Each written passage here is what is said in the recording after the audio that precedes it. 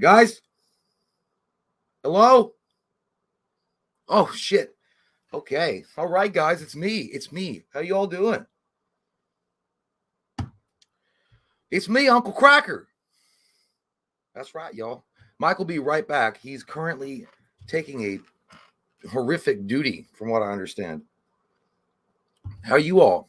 Oh, yeah, shit. I don't usually do this. So, hey, guys. This is We Watch the Movie. It's Jay here. Hey, guys. Hey, Jay. What's up? Oh, man. Oh, man. Hello. Hello, YFM. Michael. Hope you guys are doing well. We got some good shit for you today. Resident Dr. Evil. Yeah. Sorry. I know that the hat, Michael's like, you got that tactical hat on. I was going to wear my Umbrella Corps hat, but it didn't look that good. So it is what it be. Hey, Kyle. Oh, man. You know what we should do? I don't know. I want to do, while we're just farting around, I want to go on. Hold on. Do you guys ever just go on Google and look up what's trending? Nothing. Elden Ring DLC Shadow of the Erd Tree. I don't play that, so I don't know what that is. What's up, man? Hello, Francisco. Danny Rolling Ghostface says a Halloween Michael Myers copycat killer route would be sick to see. Just saying. It wouldn't be bad. I don't know. Actually, right now, I'm at the point for anything with Halloween. I think they should just go back and reboot this shit. Like I'd put it in the I put it in the 90s.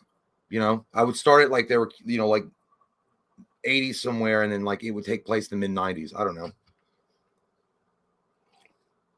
What's up, pop culture? What's up, guys? Hey man, Jimmy.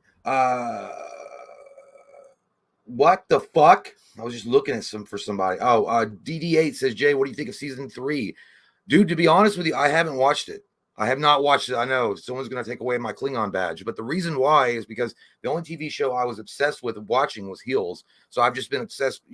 I watched everything with Heels, and I just really didn't watch anything else. I don't juggle multiple TV shows. I'm like, it's easier for me to do that with movies for some reason, but TV shows, there's just no fucking way. I can't keep up. How you be, Jay? Country Chef? Doing good, man. Hope you're doing well. But anyway, what was it? Oh, Moda, thank you so much.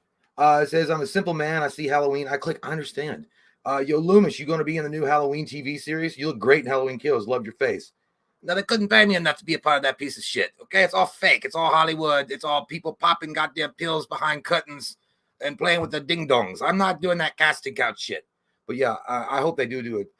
I can't spoil it for you guys because we're going to talk about it together. But Mike has been talking about, or the email he sent me regarding the Halloween news. One of them is one of the studios, or Trancas, is actually looking for, like, heavily wanting to have a TV show. So they're looking for people to produce a TV show, which that's what Mike and I talked about before with doing the Loomis files or something like that. I think that would be pretty cool.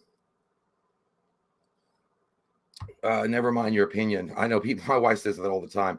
JJ, LOL, Toxic Avenger remake. I love it. Okay, that's fine. We can do that. Eric Epic Slap says Gary Oldman he'd be great. Kyle, thank you so much, sir. It says, was just watching Halloween 5 with your guys' commentary. Funny as fuck. New DLC, Ada Wong for Resident Evil 4. So good. Can I get a shout out for Loomis? How you doing, Kyle? Everything is going well with you, I hope. Obviously, it's not going very well if you're over here giving money to two assholes on the internet. Anyhow, I hope you have a great day, Kyle. As far as your the DLC, I haven't played Resident Evil 4 either. God, I'm so far. Again, I know I've talked about this before, but the reality of it is I'm playing Baldur's Gate 3 on PlayStation 5. I'm so fucking in love with that game. It's probably my favorite. Man, that's hard though, because I love fucking Skyrim too. But yeah, it might be my favorite fantasy game of all time. Dragon Age, just Dragon Age in general is awesome. Dragon Age 2 is Dragon Age Inquisition. Yeah, it might be my favorite. Baldur's Gate 3 might very well be my favorite. Courtney said, all right, can't stay over tonight. I love you guys. All right, man, no problem. Have a good night. Be careful. But I haven't played Resident Evil 4. Hey, rootin' tootin', Texas tootin'. There we go. I'm on the shine. Don't come in these here woods, boy. A24 better give us a goddamn Michael versus Jason cage match, Royal Rumble, Money in the Briefcase showdown. Fuck yeah. They could call the show Michelle My Belle. Now fuck that. You ain't gonna call no Michelle My Belle. Invite all the queers. What, you crazy tootin'? God damn, man. You gotta lay off that shine. That's going to make your brain rot, boy. But yeah, I mean, here's the thing about Michael versus Jason. And in all honesty, I think we've talked about this before at length. If they do a Michael versus Jason movie, I think the franchise is dead. Like, because at that point in the series, it's like they've run out of ideas, right? I mean, the reason why they did a Freddy versus Jason is literally because the Nightmare on Elm Street and Friday the 13th, they'd hit a brick wall. They really couldn't do anything else as far as story-wise, or at least they couldn't get anybody to write up new original ideas. So they're like, let's just throw these goofy-ass motherfuckers into a fight together and, do the whole promotion and just go along with the goofy stuff and see what happens. And it did very well for them. It kind of renewed the interest in those franchises. But it really was it's like an end-of-the-road kind of scenario when that happens. And they, at one point they were even shopping around Michael versus Pinhead. So, that's when I knew. So as much as it sounds great, the Michael versus Jason stuff, if that happens, we know that Michael Myers is DOA right at this point. But that's just my opinion. Some people wouldn't care what I say. Michael says, I'm going through so much stress. I needed you guys. Well, I'm sorry to hear that, Michael. We're here for you. Okay? Just like State Farm. We're here for you. Is it State Farm? I think so. Okay. Hello. Thunderwolf says, only Jay? Guess Mike is missing. Yeah, Mike's taking a shit. Like, literally. Mike's taking a big dump. We were 2 minutes to get ready to go on. He was like, just cover for me, dude. I gotta drop a couple deuces. And I'm like, go ahead. Do it. Oh, me. There he is. Did you get it all out? Did you even wipe? Did you wipe your butt? Good. I definitely did. You use wet wipes. Never. I told you it makes my butt feel too moist to do that. Welcome, everyone. Blu-ray to me. Blu-ray says, Jay, did you see Hills was canceled? I didn't know that they had updated it, but I mean, I knew that was coming. I mean, the numbers were terrible for season 2. That sucks, but no, I didn't know they'd done it. Yeah, I thought we talked about that yesterday when you were over here inside. Did you? Oh, you might have. We were fucking, so I didn't really pay attention about TV shows. Yeah. I didn't want to ruin your performance. I was enjoying it so much, Yeah, I didn't know about that. Oh. Or maybe I just, it does suck. But again, the numbers, we talk about how bad the numbers were, but it doesn't matter, guys. If you get a chance, go and check it out. It's really, it's awesome. Do you think that they will be able to get that on another program? Nope. On another station, and Netflix maybe buys it? Well, no, because Hills is an original idea or an original programming for Stars, and they probably couldn't even ship around. They couldn't get Army of Darkness or Ash versus Evil Dead to another studio. Yeah. So I wonder, I don't know. I know sometimes that happens, but sometimes it can't because, like you said, the rights slip. But I mean, dude, how perfect would it be for WWE to just grab it and put it on their platform? Yeah. I mean, I would love for any of them to. I mean, I would take any studio. I'd take fucking PBS to buy it and distribute it. I need at least one more season, dude. God, such bullshit. Now I'm going to fucking troll Reddit and look for a fanfic. I don't understand wrestling fans, man. I don't understand you. That was the best wrestling show of all time, possibly. Because again, it's on Stars. The fucking network was awful for reaching a base. But they have those. They have popular shows, but they're oh shit! I gotta go, guys. The GOP debate's on. I gotta go. Oh man, I can't miss that. Yep, that's why I got this hat on. America. You got the American flag hat on. You got your tacticals. Follow me and everything is all right. Uncle Cracker, everybody. He's here. We got a celebrity in the house. I'll do Aaron Lewis next. Don't worry. You're just wearing that hat because you know what we filmed yesterday, and you know that it's gonna upset some folks. So you're trying to get them on your side. No, literally, that Nike hat that I'm wearing is fucking dirty. It's disgustingly dirty. Oh shit, that's funny. Yeah, we filmed Redneck Saw yesterday. Redneck Saw skit, and it's gonna be good. I think it's gonna be great. I think y'all are gonna like it. You're gonna want to have sex with it. You're gonna want to put it inside of you on a live cam so that we can all watch reaction videos. Clinton, good question. He says, is it worth starting Hills now that it's canceled? I would still watch it. I mean, if you're a wrestling fan, I'd watch it. It sucked. The ending of season 2, it definitely you're gonna be mad about how it ends, but it's great. Like all the storylines are awesome. The only bad thing is at the end of season 2, you're like, fuck, dude, man, what could have been? Yeah, that's the sad part. And I knew I had a little bit too much to drink the night that we watched it. Katie was like, "No, I don't want to watch it right now. I can't pay attention." I was like, "I want to watch it." So we watched it. And I woke up and I was like, "Damn it, we watched the season finale and I barely remember. I gotta go back and watch it again." So I don't know if I want to because it's so sad. So sad. So sad. Have you been doing the super chitties while I've been taking a big old poopy? Not the new ones that just popped up. Okay. Sorry about that, by the way, guys. Wife brought some donkey wings home from Roosters, donkey flavored. That's the hottest sauce. And so I was telling Jay, it didn't hurt going in, but I woke up in the middle of the night and it hurt inside. It burned slow in my tum-tums. I think my plums. I think the last one I got to was it was Michael. So we're on 808 on Baker Reviews. They review shit that they bake and they let everyone enjoy. Because I know y'all loving that 808. What is that? Outcast? I think so. Baker says we got Freddy vs. Jason. We got Jason X. Now it's time to combine those ideas, presenting A24's Michael vs. Jason in space. Try that. You're going, you don't need roads, Baker. I like the way you move. You just all kinds of crazy. No, someone was mentioning Michael versus Jason. I was like, it might be, it'd be fun. I think Root and Tootin said something about it, but it's fun. It's a fun idea, but once those happen with those kind of franchise icons, it's over. Like if like that's what happened with him. So we were talking about Freddy versus Jason. I feel like they both Nightmare on Elm Street, Friday the 13th, that hit a brick wall, and they couldn't do anything more. So like, let's have a goofy ass time and throw them into a fucking match together. And they even did like the press conference thing. They were just having a ball with it. It did really well for them, but that was like the end of the franchises, in my opinion. Yeah, and I totally agree with that too. And I think, and let me just use this as a jumping point into the show tonight, by the way, because I want to hear all your all's opinions about all the crazy Halloween news that's come out the past couple days. One of the possibilities out of this, man, it's crazy. So A24 is if you guys don't know, real quick, A24 is the leading, from Bloody Disgusting, the leading bidder for Halloween TV series. Now, the thing about that is A24 also happens to be doing the Crystal Lake TV series, which means if they got those rights, they could technically, if they wanted to, put Michael and Jason together in a situation. Here's my pitch. I don't think they should do Michael versus Jason, but I wouldn't mind it if they mixed the shows. See, everybody says they want an anthology. I wouldn't mind if they mixed the shows together, had them both in the same world, kind of like the Avengers are, you know what I mean? Like maybe someone picks up a paper and read about murders in Haddonfield, and one episode focuses on Jason, and then they go back to what's going on in Haddonfield. What studio are you talking about? A24. Oh, well, they'd have to get the rights for Friday the 13th.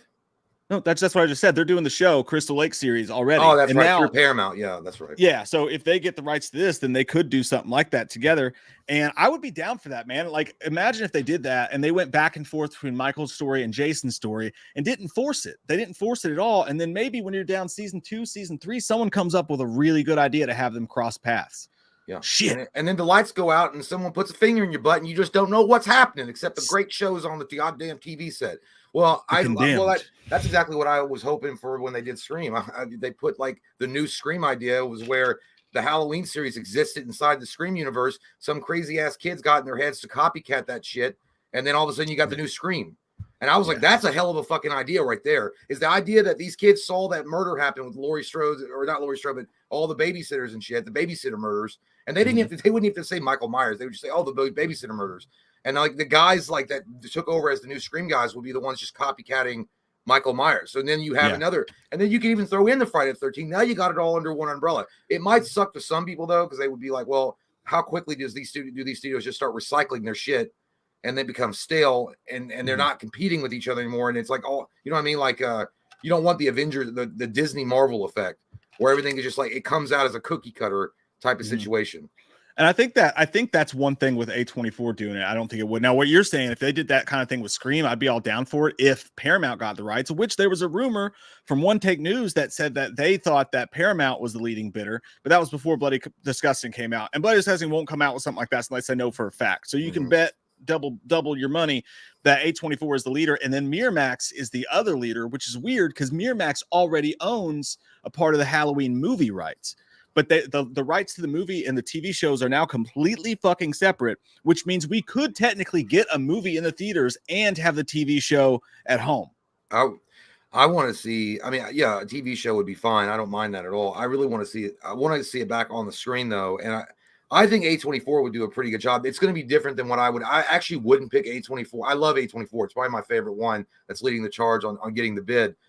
I would put A24. I would think they would do a better job with something like Nightmare on Elm Street because they handle more of a cerebral type of horror than more of like in your face, aggressive, like bulldozing type of like icons like Jason or Michael Myers. I'm not saying that if you look at the original Halloween, it was more cerebral. So thinking of that way, maybe A24 could do a good job with. I mean, especially if they concentrate more on the atmosphere and the lore building and the background and the shadows and the filming and all that kind of stuff, and they focus more on like the elusive question of what Michael is and like how scary that is. I don't know. They could probably fuck with that and actually make it really scary.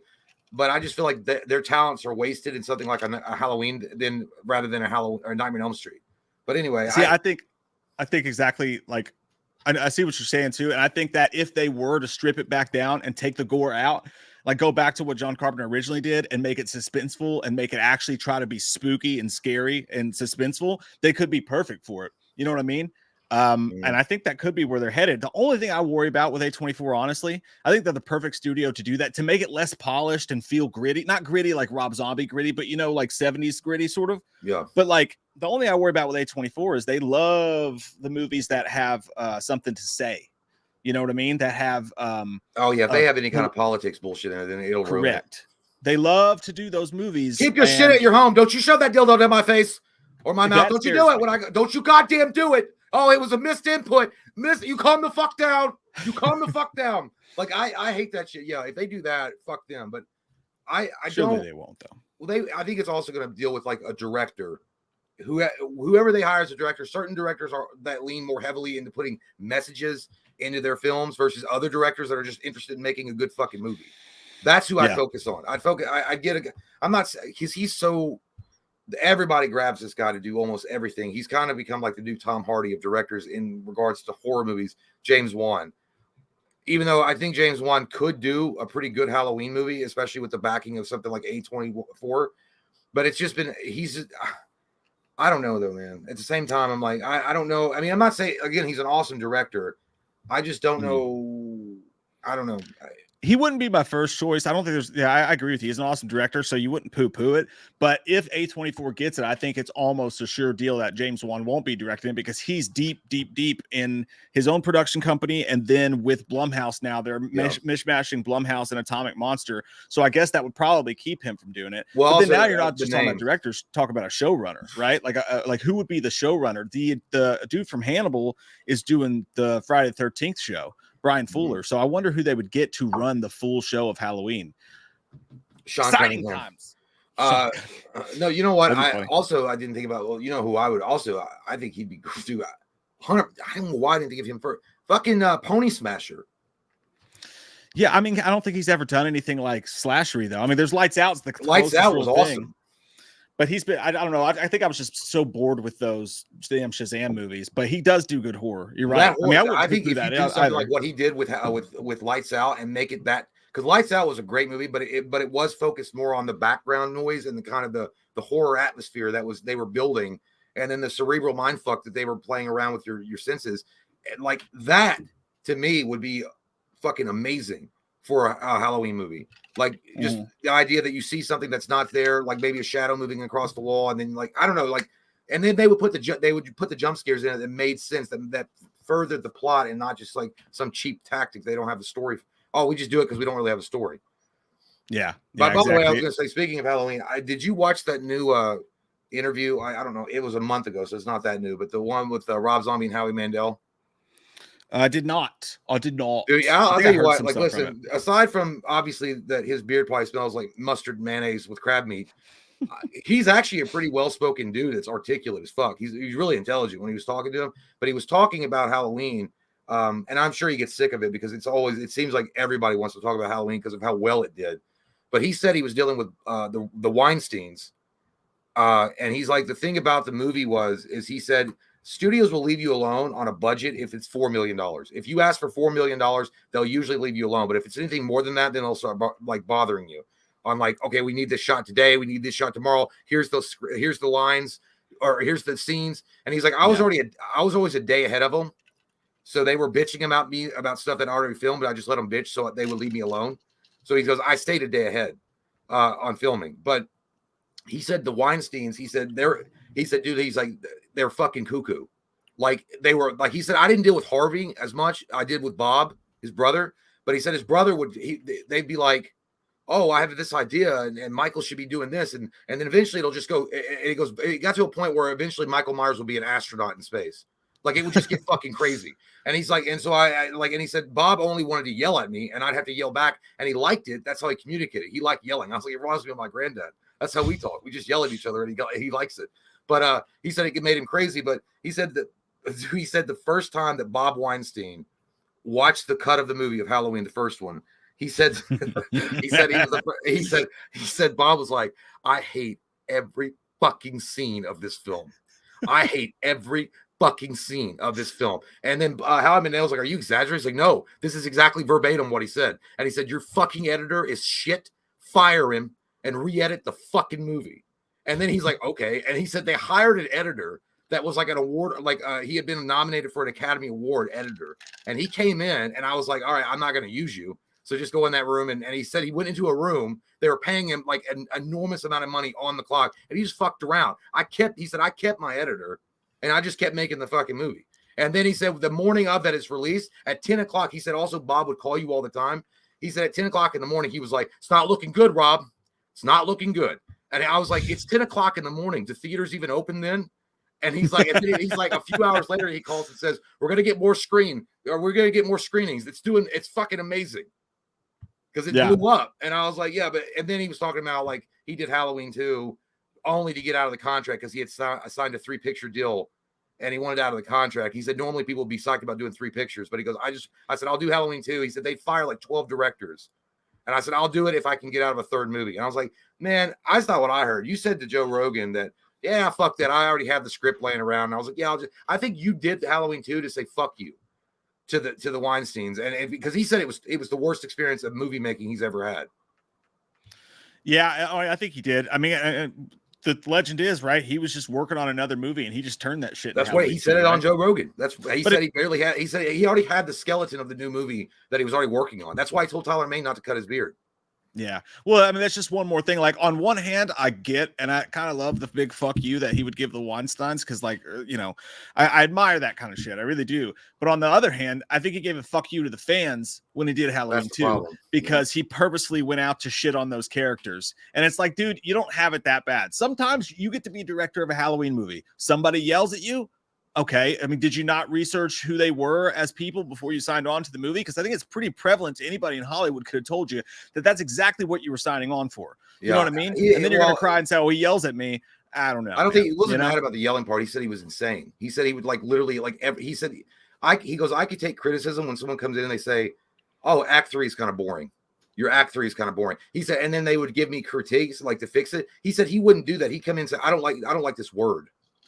I don't like this word in this sentence. And you're like, oh, what the fuck? And he goes, then I'd be like, I'm guessing it was probably the titty flat breakfast. It was scene. Well, no, there was like, he said there'd be like words, but he did go on to say shit like that. He did say stuff like he goes, studios are just so scared, man. They're so scared to have anything where people have to watch and really figure out what's going on, because honestly, Hollywood thinks you're a fucking idiot. They think you're fucking stupid. And he goes, the main number one thing they don't want is for the audience to be confused on the film. And that's usually the best. When you watch a movie, you're like, I don't know what's going to happen. But if you watch, sometimes the studios get involved and they want to oversimplify the plot. So that way, when you're watching the movie, you can predict what they're going to say next. And you can predict the plot because it's so oversimplified, because they're scared to death that the audience is going to get lost. So I was like, I was like, he's articulate. No, he's articulate. But I was like, why don't you put those goddamn fucking mind thoughts into some of your filmmaking? Instead of being like, man, I'm gonna throw this big old bitch out on the goddamn concrete and fuck her with a goat stick, and then I'm gonna spit on her titty. And what was that's your fucking idea of like, you never saw that coming, huh?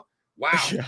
Like there's a huge difference between making shit that's confusing, that's eloquent, that you have to think about, that's something you could talk about after, and just being like, hey, I'm gonna get me a stripper to do some coke off her butt, and then we're gonna show some fat girl in a trailer park. We're throwing a rape scene. Hey, what was so articulate that audience has really had to figure out about him showing a 20-minute gratuitous rape scene of a mentally handicapped person. When? That added nothing to the plot. What were we missing there as an audience? First one, Halloween? Yeah, the director's cut. She wasn't mentally cut. handicapped. She was just crazy. What? Oh, that's the same fucking thing. I know, it's rape, but it's not like, it's even worse if it was like a fucking slow person. Well, she was mentally crazy. This crazy is mentally handicapped. You don't understand. Yeah, either way, when you're like Down syndrome, but yeah, well, that's why they cut it out of the film. I mean, obviously it wasn't. They forced him to cut it out. Well, I know, but he was talking about like, and I know what he was trying to say. But I was like, dude, you're not Toby Hooper. Like, don't act like you're fighting the censors and all this shit because you really want to make art and they're all after you to make. Oh, I couldn't even get my movie because it would have been X-rated. I was like, dude, you're doing disgusting shit sometimes that does not advance the plot. There's no plot line to further. If it made sense in an art, even in a weird, I don't like to see that shit, but I understand why sometimes plot lines go into like a rape scene or something. Like, it does advance the plot or the story in some way. It makes sense. But in this particular instance where it comes out of left field and it makes no sense whatsoever, like why does people need to? So Michael Myers gets pissed that they knocked off his fucking mask while they were butt fucking this girl or whatever the fuck, doggy styling her. And then he gets up and gets mad and kills them because they fucked the shit up. Oh, see, Michael's a hero. If that's not what you're trying to go with, man, it just was it's stupid. It was weird. Why did anyway, I can't believe that you wrote it in there and like, man, I got to make this shit gnarly. I got to make this fucking gross. And that's like all you did it for. He's his own worst enemy, man. I think that guy's got all the talent in the world, and he probably is well spoken, articulated. It just boggles my mind that he takes a dump on his own movie. And there's just people that are like, I don't care what that man does. He could show me a slow motion baby diaper full of shit for 2 hours, and I'd be like, Rob Zombie's a genius, and I don't care what anybody says. I mean, that happens. There, don't get me wrong. I'm not saying there's not hard fanboys. I mean, but I don't know. I mean, like I said, I agree. I think he's a smart guy. I think he can really make some great films if he just stopped. I think he's also got a big ego on him. I think he doesn't like the fact that when critics critique him, that's usually what critics do, and then they say something that he doesn't. What do you mean you didn't like my rape scene? What do you mean it's disgusting and you just don't understand and not tasteful? You don't understand. What do you mean you didn't like seeing my wife get fucked by 5 other dudes in middle of a Tijuana? I thought that was amazing. It's like, yeah, but Rob, it was supposed to be in the middle of Detroit. Why were we in Tijuana all of a sudden? I don't know. I don't make the rules. It's just my imagination, my creativity, man. It just flows off my pen. Get off my pen. For some reason, I don't know why now he's all redneck, but yeah, I just feel like it's an ego problem, dude. I feel like he's out. He's got a chip on his shoulder. He's out to prove something to somebody. Yeah. For some reason, that reminds me of Clerks 2 when they have the donkey scene. He's like, I'm Kelly. I'm Kelly. Trey Film Bennett said, hi guys, I'm excited for this Halloween series possibly coming out with A24, but at the same time, I only want movies. Am I wrong for feeling this way? No, you probably should just take a couple of pills and call us in the morning. I think you're going to be okay there. Just rub your nipples together, squeeze them if you got them. I got them, and I could squeeze them all day long. Put some oil in them bitches. I get it, dude. I've seen a lot of people say that, like, I do not want to see Michael Myers on the small screen. It does feel downgraded a little bit. Something about it does, but I will say this, like, I think part of it's our generation. I think like the majority of the audience here skews, like our demographics skew like around our age, mostly men. And so I mean, and I think that what I'm getting at with that is we grew up in a time where if something went to TV, it meant it was shit. If it didn't start on TV and went to TV, it was like getting sent back down to the minor leagues. That's why Freddy's Nightmares didn't work or get any money. The Crystal Lake TV series, it was looked at as an inferior. But I do think we live in a time now where you've got the Game of Thrones, and sometimes they're spending more money on these TV shows than they are on movies. So I think it's definitely way different now. But it does feel a little weird on the whole. But it's not one of those things where if it goes to TV, it's never going to go back to theatrical. You know what I'm saying? Well, I think Sopranos was that was the first time I remember a TV show being produced on HBO that was fucking awesome. Was the Sopranos, and then I think what else came out around that time? Well, Spawn was on HBO, and that was a dark ass comic book or dark ass like cartoon. And then there was something else that was coming out. There's the Sopranos. What the fuck else did HBO do in the early 2000s? They did something. Oz.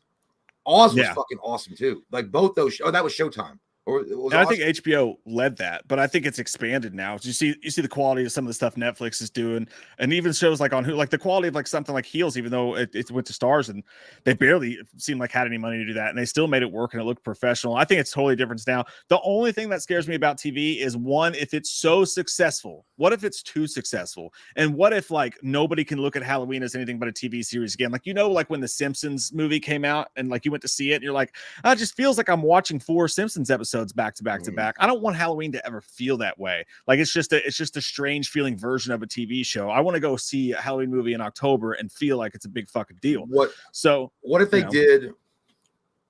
did 6 episodes or 4 episodes or whatever, and they created they did a Halloween TV show, and either Loomis was introduced or something, I don't know. They had the background, they kind of start introducing Michael a little bit, and it was kind of like a side thing to lead up to a movie. It was like a prequel, like in 4 episodes, and then the last episode would premiere 1 week or 2 weeks before Halloween would be released in movie theaters. Like it would all be connected together. I think that would be kind of like what are they called? Like a Cliff's Note version of a story or something that you need. Like you can have all the characters there, and then that'll be introduced into the movie, and you're like, oh shit, it all connects back to the first episode of the TV show. I think that'd be fun. And I also want it to, I want the TV show to have its own identity too. So it's kind of like you want each world, but the other thing that scares me, dude, is like, I really don't, what if this goes to the wrong fucking streamer? I mean, like, what if, even if A24 gets it, what if it goes to fucking Stars? Like, what if it gets that death nail in the coffin where you're just like, oh man, yeah. Like if it goes to Hulu, maybe maybe it could work. Netflix definitely could work. Although they do have a quick. I think even it's bad for even going to Peacock. You got to get off that cock. I don't think it'll work. Which, I mean, to be fair, like at least we know that the Crystal Lake TV series is going to Peacock, so it's going to be double or nothing on that one. But I mean, like, I think my best hope, if you could have anything, if you had your pick, what would you put it on? For me, it's HBO Max. Yeah, it'd be Max. I don't trust Netflix. Yeah, at all. Especially what they did with Henry Cavill and The Witcher. Fuck that shit. Now I'd be happy if it's on Netflix because at least it's on a major thing. So yeah, it's got a shot. Of how quickly the showrunners got involved and they started fucking around with script ideas and they started changing things and they got rid of Henry Cavill. You guys are idiots. Like you guys are even bigger idiots than Warner Brothers were. Yeah, and you got to think too, what studios have what ties to what streamers. If A24 gets it, I don't know. Does it have to go to Peacock since Crystal Lake is? Is that like their first look deal? That's 100% what they're doing. If they're getting backed by fucking Paramount, 100%. Why would Paramount not do that? I don't know how that works. There's a lot of those extra deals. Like the Miramax thing's confusing. Miramax owns the movie rights already, but is trying to bid for the TV show. The one that owns the TV show. Honestly, I think that's probably the best scenario for me is if a complete different company, like a totally different thing gets rights to the movies, and then they still want to make movies with it because it's new. It's like their new toy. So they're not going to sit on it forever like they're doing with fucking Freddy over there. But then also there's a TV version going out there. I think that's probably going to be eaten. I agree. I think it should be Disney. You're right. Disney fucking Plus, man. Love all Disney. Day long. Disney all day long. PG-13. Hey, Jaws is PG-13. Love it. Why the fuck not? We're kidding, obviously.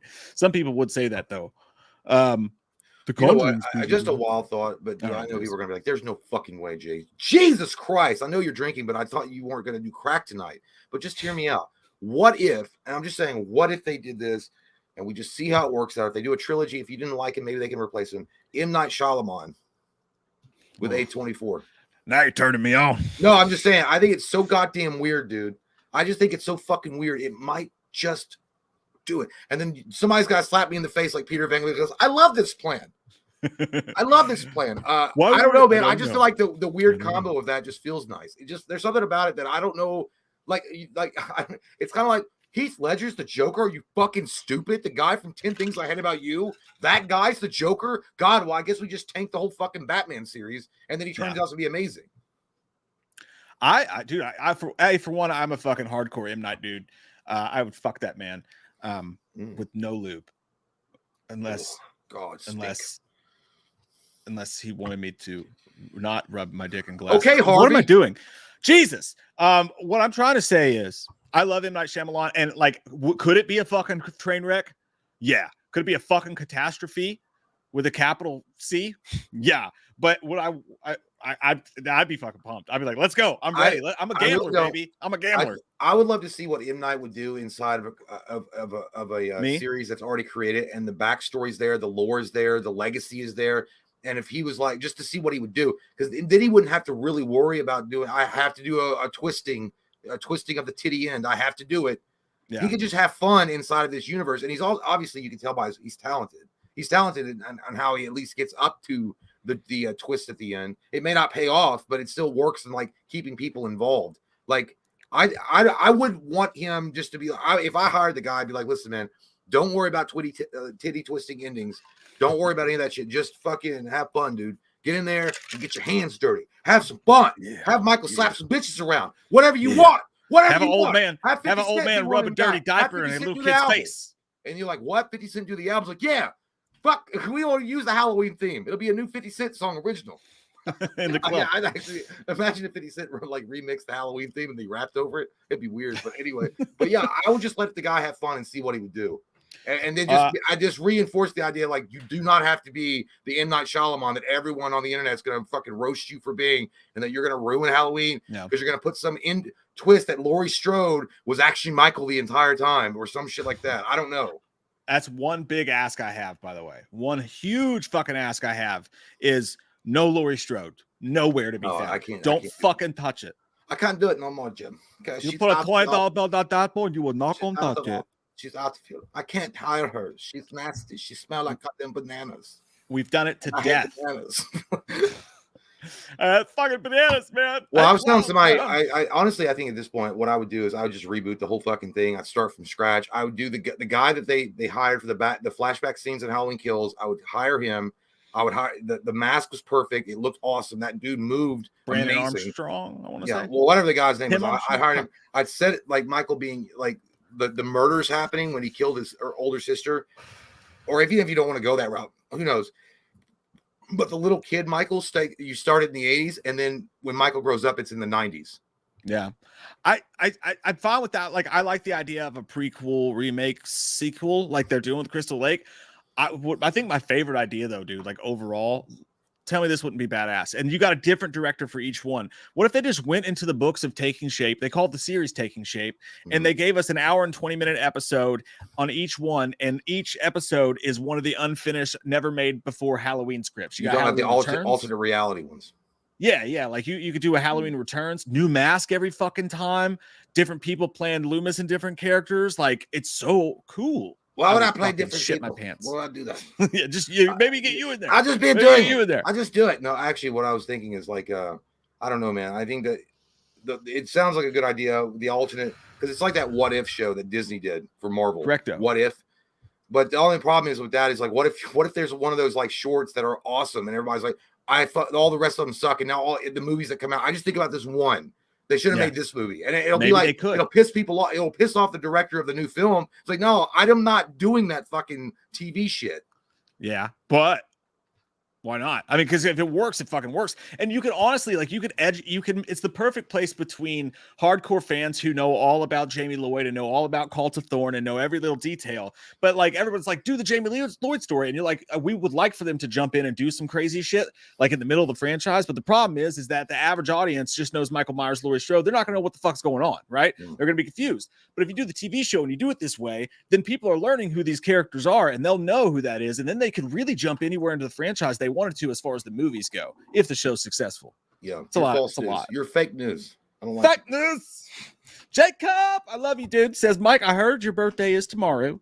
Happy early birthday, man. Thanks, buddy. It is tomorrow. I'm gonna be a cool. I can't believe I'm gonna be 29, dude. I can't believe it. You don't look a day over 50. I never thought I was gonna make it to 30. Thanks, buddy. And Jay, I forgot when yours was, but happy belated birthday too. It ain't been yet. Oh no, it has been, but it's been a while. It's been quite a bit there, Jacob. He's 47, and 47 with a huge old dick. I just can't control it, man. It's just getting bigger every goddamn year. Eventually, it's just gonna be an anaconda wrapped around my leg. 47 years old, not a single STD. Put it on my gravestone. The snake called. He wants his boa constrictor back. I was like, sorry, man, it's my dick. What are you talking about? Plus new Sum 41 song slaps. Dude, I saw the thumbnail for that and I was like, I thought they just fucking quit. Like, what are they doing releasing songs? But good to know it's good. I'm gonna listen to it. Love you too, buddy. And I love how much you Go love fuck pop yourself, punk. Jacob. You don't remember birthday. Fuck you. Don't you ever fucking comment again here, you motherfucker. Go play your bass. Jay's birthday is during the equilibrium. Yeah, that's right. On leap year. Leap year. You missed it. Why don't you go slap at the bass to a song about that? Rootin' tootin' Texas tootin' says, "Give me a spurt, Loomis. That hat making me go crazy." Now, goddamn it, Rootin', go back the fuck to the store and get you some Diet Coke and get your ass up off that goddamn shine that you were on earlier. You're getting all sorts of queer on me. Get out of here. Mr. Clump said today someone slapped me in my ball spot and it hurted. I love you. Those two back to back is like fucking you guys. I would watch a movie with both of you all. I think that would be tag funny team. As fuck. Oh shit! Fuck in the titty house. Colton Candler, that's a good man right there. He says, "Whatever they decide to do, I just want to touch a man's." No, can we just get the Halloween Kills flashback? That's Michael what I just look. said. No, the look. The look. I agree. That's why I know. I said that. I know. Aaron Armstrong. By the way, it's the guy's name, Aaron Armstrong. Refused to come on the show. Never answered my text. He didn't refuse to come on the show. He just never answered me. Yeah. And I don't have his phone number. I messaged him on Facebook. I sent a bat signal. He didn't get back to me. Who would you cast as Final Girl in a Halloween TV series? I would cast the Final Boy. Jay's racist. I wouldn't. Racist. It'd be a black guy, idiot. Now who's racist? No, I would cast a guy. To be honest with you, they've never had a final guy in the Halloween movies or like the series. Actually, even Friday the 13th, it's only been one. Nightmare on Elm Street. Jesse was a final guy, and he was great. I'm not saying that they should have a final guy. I just think to mix it up a little bit. I don't know. Why does it have to be a final girl? And before anybody says because we don't want Laurie Strode. Is that a shadow or is that the fucking lump in my neck sticking out?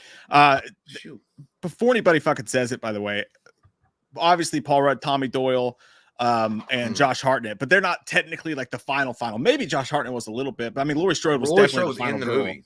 Yeah. So she was the final for sure. So they were still sub characters. I agree with you though. I don't think there's enough final guys in horror. I don't think it's a bad idea at all. I'm not saying, and it's not because like, oh, we need to even the playing field and them bitches trying to get a little big for them britches, huh?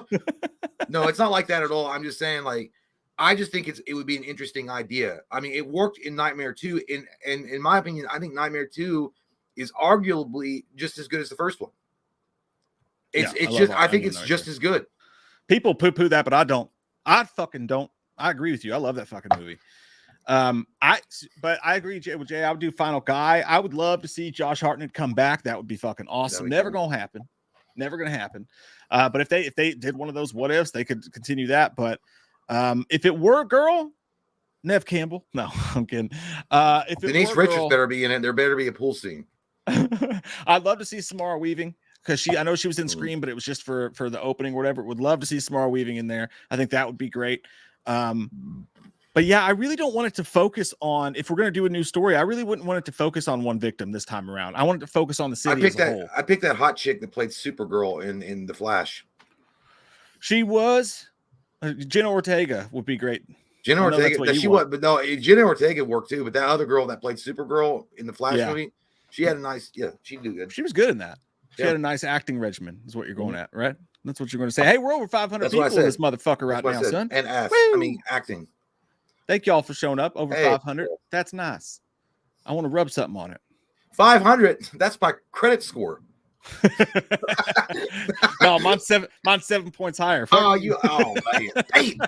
Well, your birthday's coming up. You can have it. You can have it. It's your birthday coming up. No big deal. I paid my bill, son. Hell yeah, man. Derek. Hey, good looking. I've never seen that face before. That's a handsome dude right there. Tell me it's not. I want that chin. You got a nice chin, buddy. Hey, Jay and Mike, I have a very important question to ask. Which is better, Twix or Snickers? It's important. I don't know, man. I think Snickers probably. I like the nuts. I like nuts in my mouth, like the salty sweet combination. It just really sets me off in a different level. And you're not yourself unless you have a Snickers. Twix are just boring. I think Twix are nice, but I just think there's something about them that's very like middle of the road. It's like there's nothing else. Like the vending machine's out of like all the good stuff, and you're like, oh, it's fucking Twix. Twix has a better packaging. It looks more inviting. The gold paper and the red lettering, it looks more sexy than a Snicker. But nonetheless, it's just I don't feel like it's the good one. My initial reaction was to say Twix. I do like the way it's packaged. I like how you got two of them because it feels like you're getting more. That's a lie. Snickers are a little too nougaty for me sometimes, but they thick. are filling. They're thick nuts. They are thick nuts, and there's nothing I love inside of me more than fudge. Nothing more than nuts. the chocolatey nuts just melting in your mouth. Huh? Yeah, that's what you need. And yeah, no, I'm gonna go Snickers because that you don't have that the caramel's too gooey, and if a Twix gets old, forget about it. You don't want that shit. That gets stale, and it's not good for anyone. You know what I don't like? I don't like Heath bars, but I like Heath Blizzards. Women, dude, Heath.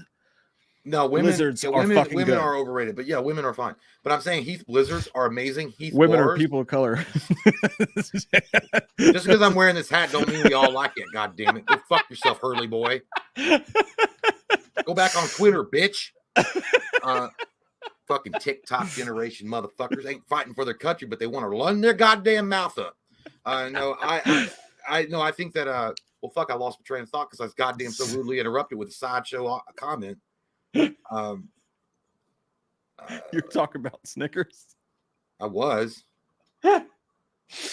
Oh, my fucking heart. I don't know. I can't remember. I'm sorry. What were you saying? I really don't remember. It doesn't matter. It was probably just another tangent. Oh, someone let us know down below. Mr. Clump said my wife said I gotta go therapy because I want to suck off Leatherface's wing. Yeah, dude. I'd say you fucking probably gotta go more than therapy. Holy shit, man. You need to take a trank and put it to your head and fucking shoot. I hope you have. God damn, dude. You want to suck off Leatherface's weenus? Man. It's gonna. Well, you know what they say. What your stuff tastes like what you eat. So yeah, maybe he likes red meat. Yeah, you might as well just gurgle fucking sewer water. That's what I would imagine. That's what Leatherface's dick would even smell like, let alone taste like. It'd be rough, dude. And the Texas sun, God too. Damn. Outside on your knees in the weeds in the Texas sun. Even Rob Zombie's like, now that is nasty. The Violator 862 says if A24 gets the you got to read it like Patrick Bateman because if A24 gets the TV rights, my pants would officially come off in a good way. Yeah, dude, I would get so horny. Yeah, you should be the guy that's presenting that to the board, and you should say it just like that. I think that we've got something really special here. My pants are ready to drop, and I'm ready to fuck this thing right now. Are you guys with me or not? Are you guys ready to get on the boat to the future? Or are you ready to be stuck here in the past? Actually, I'm starting to sound more like fucking Wolf of Wall Street because it's a fucking penny stocks. It's fucking penny stocks. Sell me this fucking pen.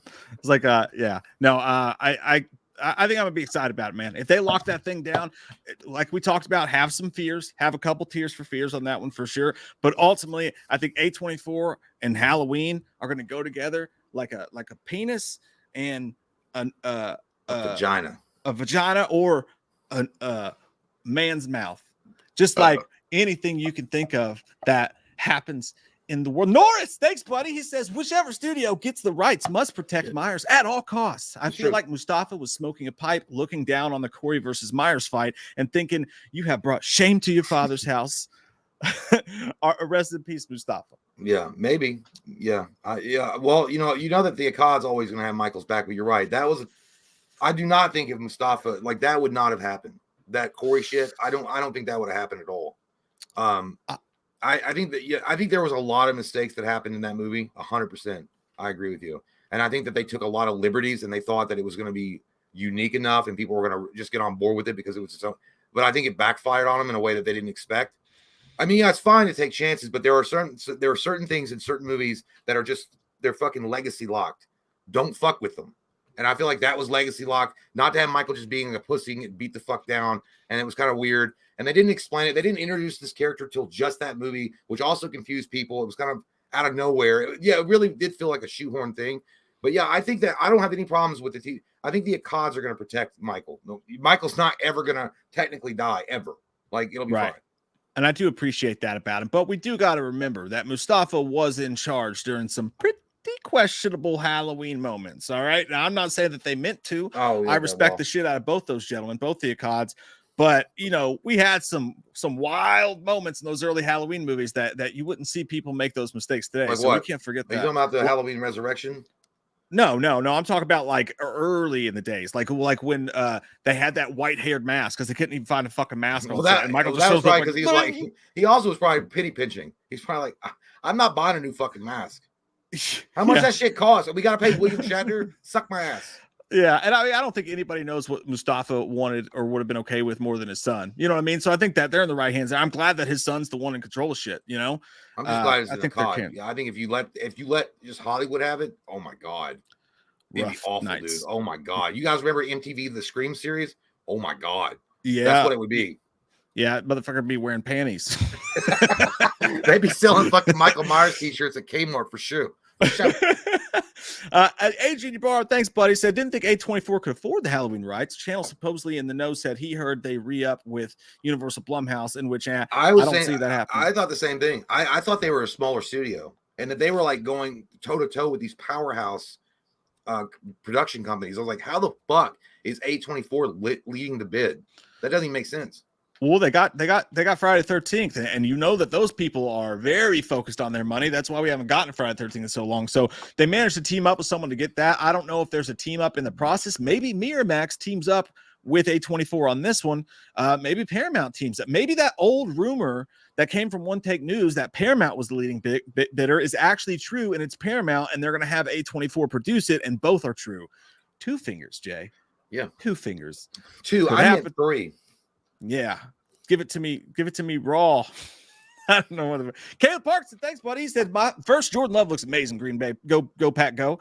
Giants suck. You suck." Second, what'd you think about Jonathan Banks as Loomis? I love him in Breaking Bad and Boxcar Sounds. So pudding or custard? Your opinion is irrelevant, Caleb. Why don't you just go back and fucking suck off some custard in the alleyway for what you just said about the Giants? I don't need to watch them, but it's still insulting to me that you say that. Jordan Love sucks. His last name is Love. Okay, he loved to be center of attention, but he never will be. Fucking him. 2-1, baby. 2-1. It's soon to be 2-2. But I don't know. Here's the thing. Pudding or custard. I can't even tell you. I can't remember what the fuck custard is. So I'll say pudding. I don't know when the last time I've had fucking custard. And then as far as Jonathan Banks, who is that? He's the criminal dude with the white hair. Like if you saw his face, like I'll pull him up because he does have the look. He's the criminal dude from Breaking Bad. Check this out. This is he right here. That dude. Oh yeah. That guy would work. Yeah, he's got the look. Yeah, you got the look.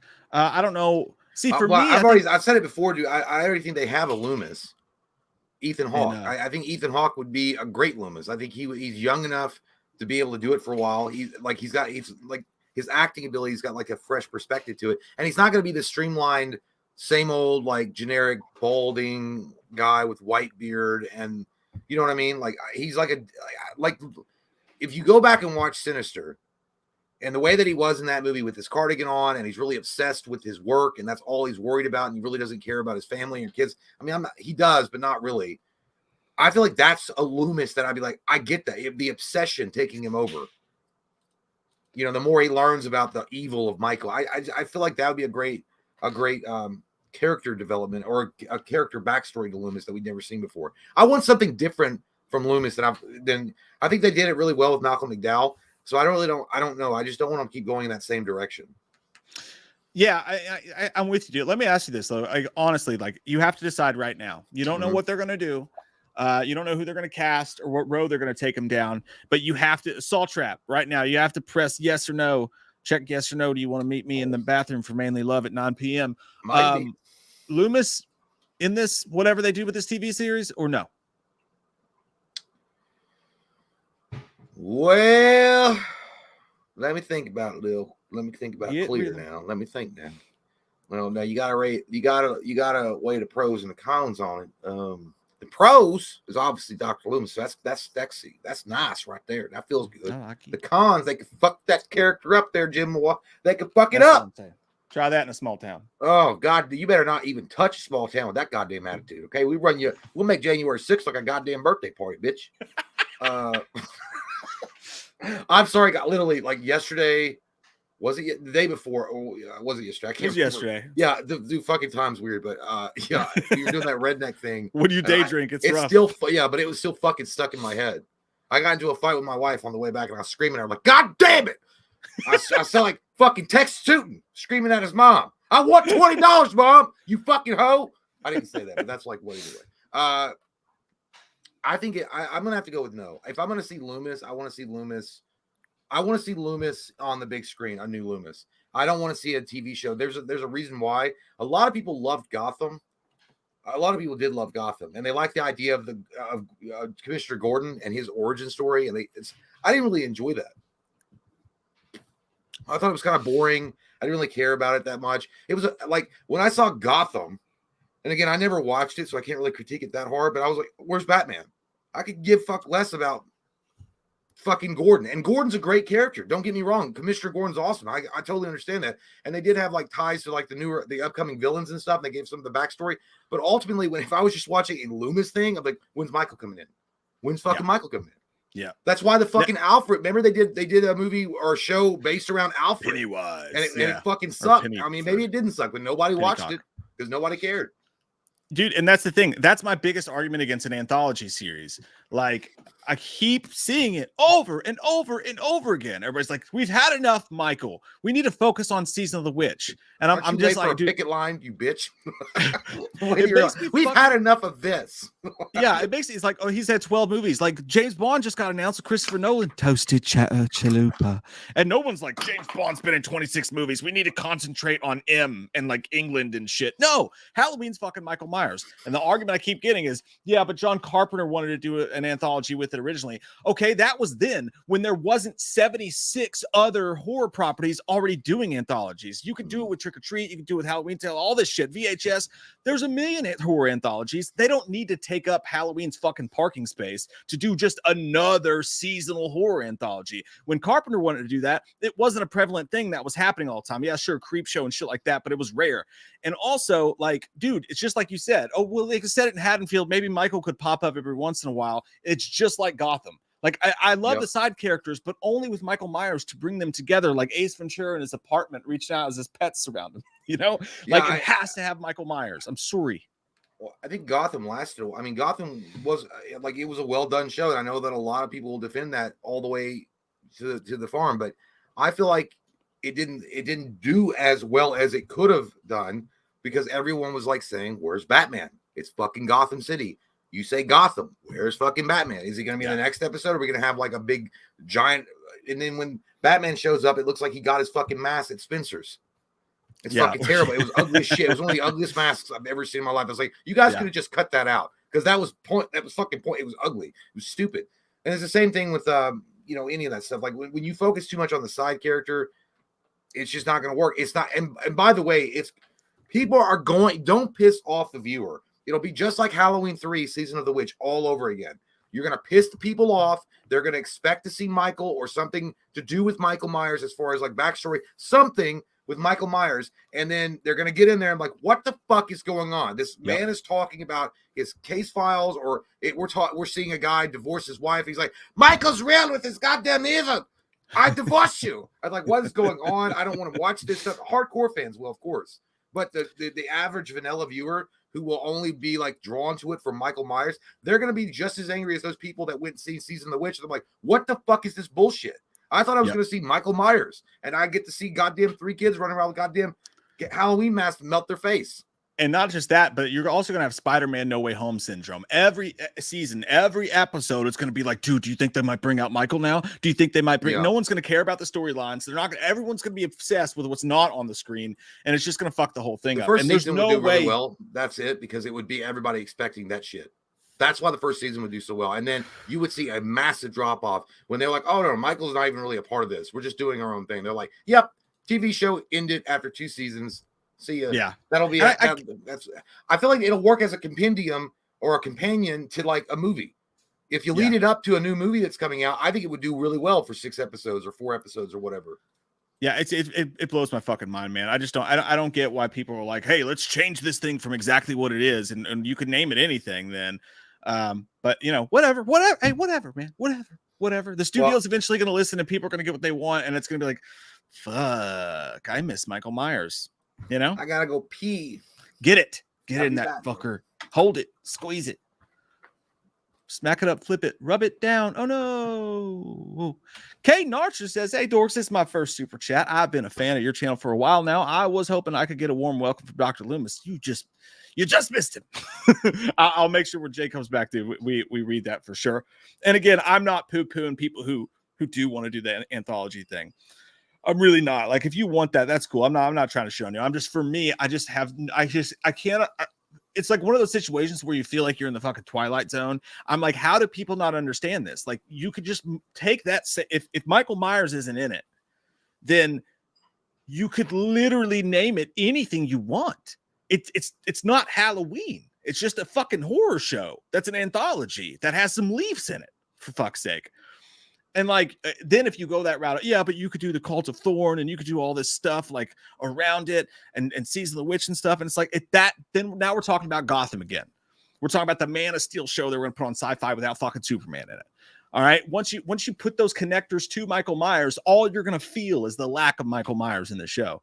So I just don't understand why people would like, there's new horror movies every single day. Why not just make an original horror movie if you're going to take out the one central piece of the fucking movie?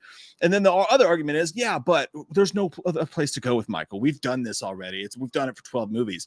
No, the studios have made the mistake of having him chase Laurie Strode for 12 movies and not exploring all these other interesting avenues they could have gone down, which is why my two biggest things for a Halloween TV series are A, take out Laurie Strode, B, no anthology, because I want to see what else there is to Michael other than just that one particular thingy-maboo. You know, that's all I'm saying. That's all I'm saying. M and Metfeast says, been wondering where Mike got his 2018 mask from. Looks way better than Trick or Treat Studios version. We actually each have one of those, my friend, and it is from Chris Nelson himself, the man who molded the mask for the movie and did the special effects for the Halloween movie. He's a fucking sweetheart. He's come on the show a couple times. He's a friend of the channel, and just was amazing enough to send us one of those. And it's like the coolest fucking thing ever. So that's why it looks so different. And I agree. It's goddamn beautiful. And I touch it every night before I go to bed, as well as I do myself. The October $4.99.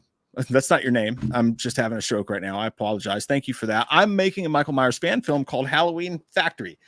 Uploading it on 10/19. I'm not even good at movie making. I just love Halloween. Hey, I respect that though, buddy. I respect it. You're not like, hey, this is better than the movies. I'm making something, because I hear that a lot from people who make fan films. They're like, this is going to be better than I'm making a Godfather fan film. Better than Godfather. I mean, that's what my mom said. No, like, I respect it, man. You're like, hey, I don't even know what the fuck I'm doing. I just want to get in there. Hey, that's how it starts though. You make one. All right. Make the second one. It's a little bit better before you know it. Sky's the limit, buddy. Sky's fucking limit. Good for you. Ed Boy Movie says, sup, dudes? Still think families or friend groups being picked each episode and slowly revealing it's Michael would work well, in my opinion. Surely there's better ideas with Michael is a constant series. You know, I think if you made it a mystery kind of thing like that, I think it would get kind of stale quickly. But I would love to bring it back to really just the super simple thing, man. And that is, you don't have to tell a shit. Like, an inmate escaped. Like, show it to us from the eyes of the people sitting in their suburban home feeling safe at night, right? And they're just watching the news. And the news says this guy who killed his sister has escaped. And none of the characters maybe know the backstory. Maybe they don't. So I think it's better if they don't. Because like these days, you know, a guy murders his sister with a Halloween mask, or even if it's a kid, it's not going to be that big of a news story, you know?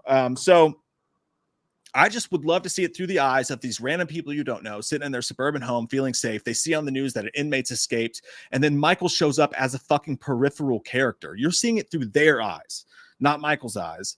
And he's showing up and he's attacking this family. And whether that's a one-off or from there, you just take the story where it naturally feels like it should go. Like, you don't even go in there with that kind of a thing. You just make sure you capture the essence of this person in this white mask haunting these people in these suburban homes that aren't used to this sort of thing. And you fucking hone in on that, and don't try to do too much too fast with the story or pick your main characters. I think one of the best things Game of Thrones ever did was kill Sean Bean. As much as it pissed us off, it set the tone for that entire franchise that you never knew what they would do next. So maybe they show us a group of people and like, we think this is going to be our final guy, our final girl. Is that our new Laurie Strode? Is this our new Dr. Loomis? And he fucking kills everybody. Kind of sort of like the opening to Friday the 13th. I love that fresh feel to it. Sorry, I went on a tangent there. That's what I do do that sometimes, Dad. Leave me alone when I'm cleaning my room. Adrian, thanks, buddy. Says opinions on if Liam Neeson could play Dr. Loomis. Fuck me, man. No, I would not want it. Could he? Yes. Fuck, I would. Fuck, I don't know. Do I want that? Shit, that's so weird. I think all we picture now when we see Liam Neeson is. As I was saying, we've seen amazing growth rate with the G virus. The G virus is still in development. Switch hats. Yeah. Yeah. That's you goddamn Democrat.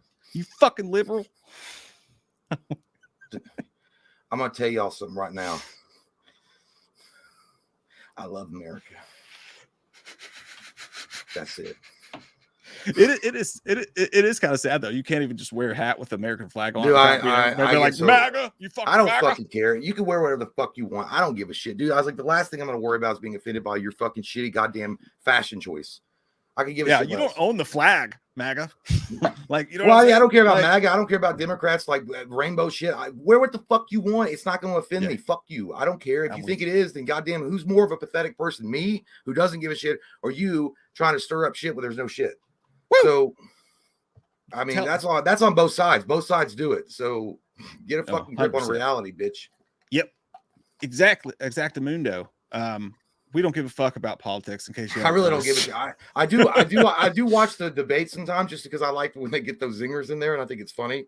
Yeah, they're like, well, that's not what your wife said. And like, oh, I wish someone would say that. I was like, oh, yeah, that's it. That's always why I like to watch it because I mean, sometimes the awkwardness is just funny. There was one for you here before I go take my pee time.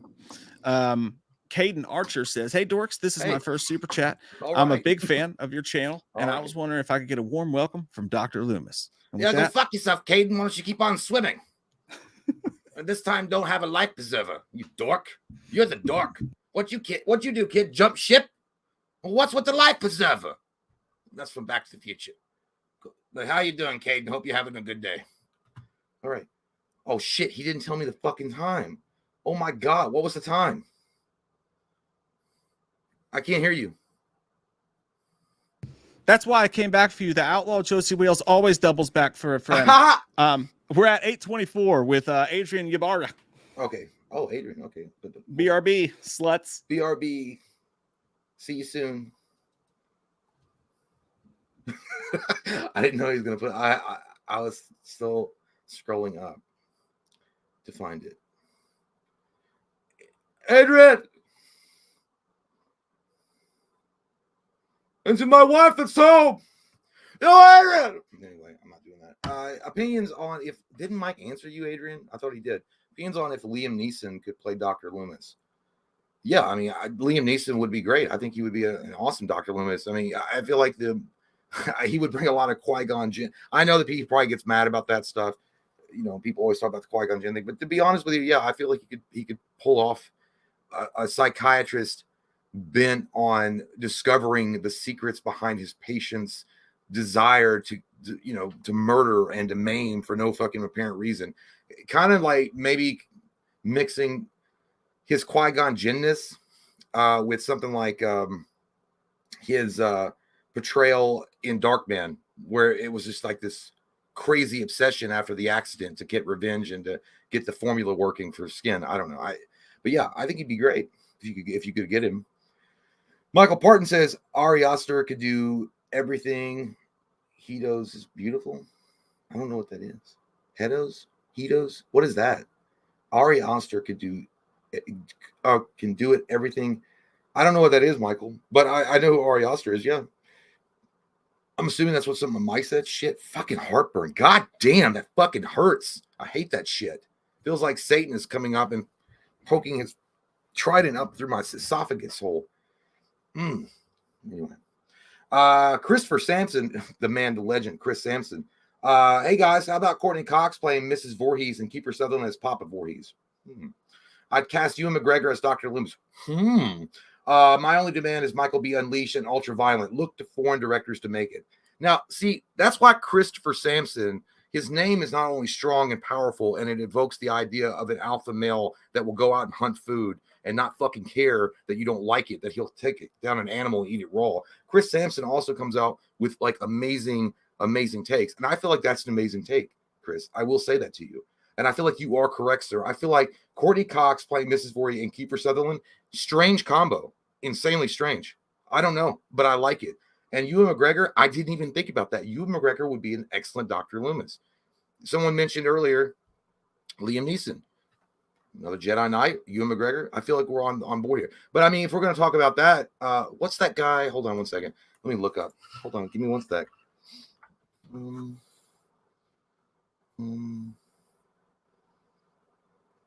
looking up. I'm doing a cheat list. James McAvoy would be also a great Dr. Loomis. I think so, in my opinion.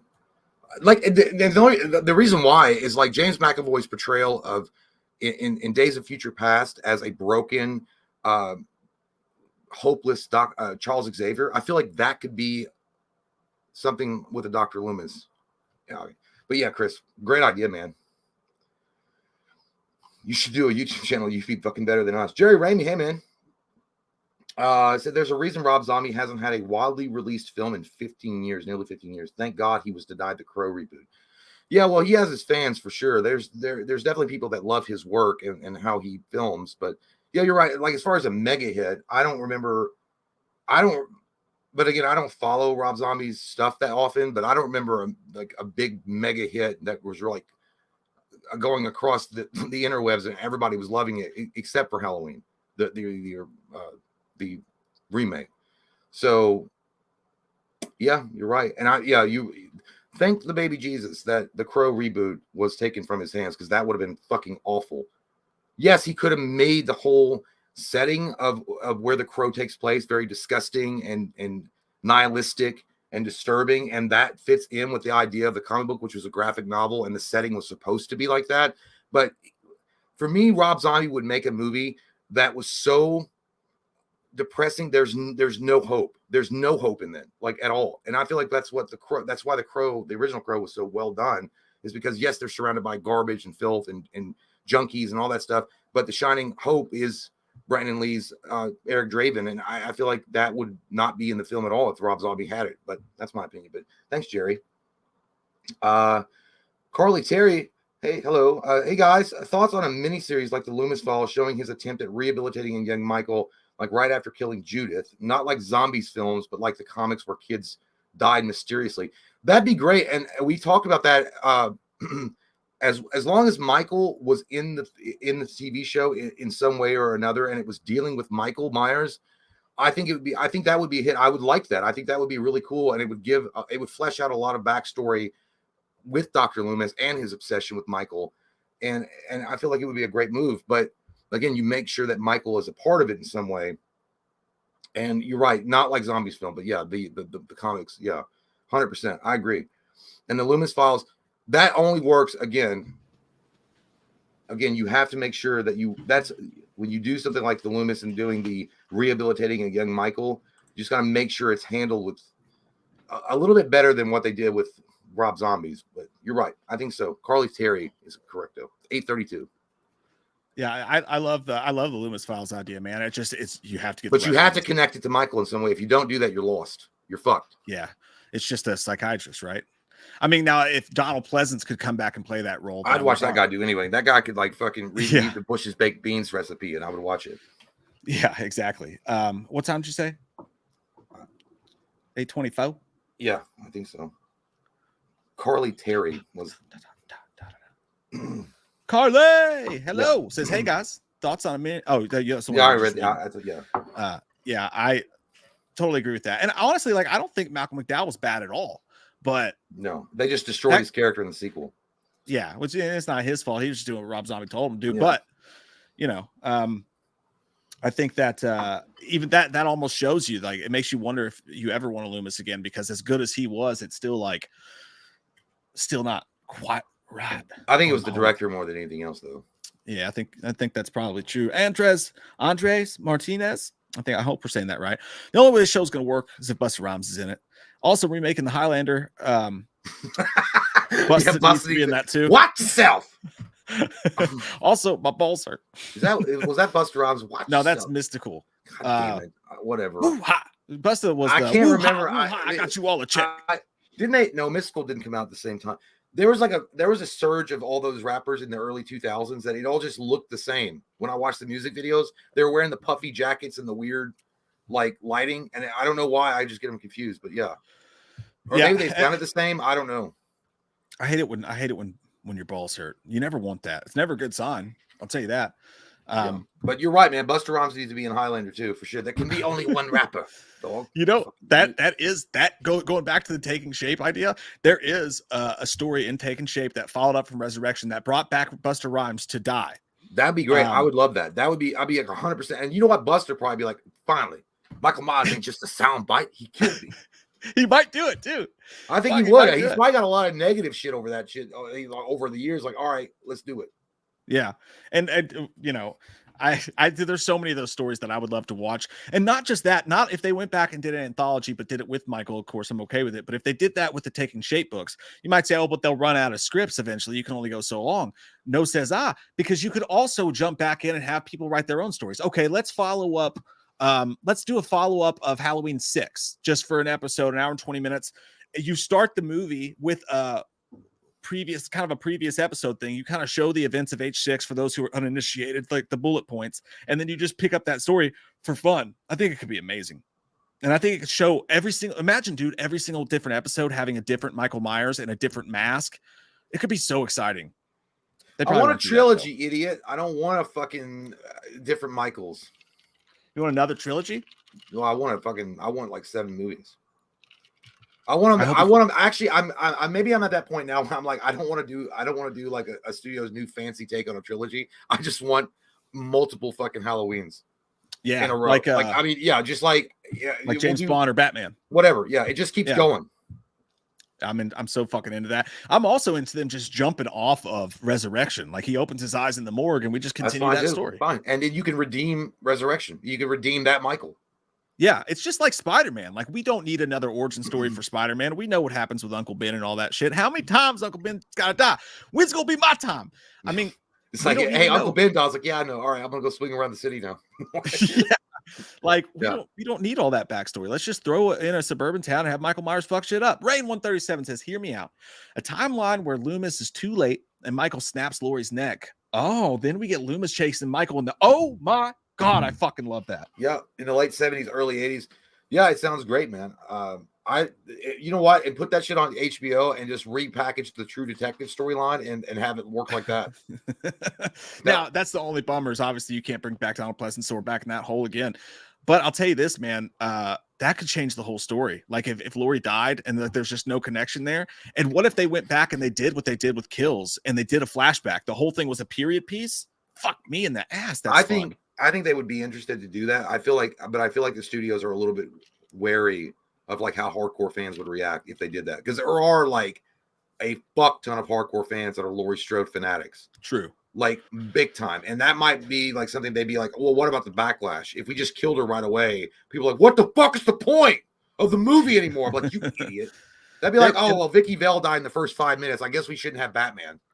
There is something to be said for that, though. I guess if you think about it, like, you know how they killed off Rachel in the very beginning, almost the beginning of H5, and it was like that was or it's kind of like if they killed off Sidney Prescott, it'd be like, what was the point of everything she went through if she just died? Good. So, you know, like that part I do get. But if it was like a one-off in an anthology of different Michael Myers stories, hell yeah. You're right, but he's right though, man. If you really want to do something that's totally out of left field, that's how you do it.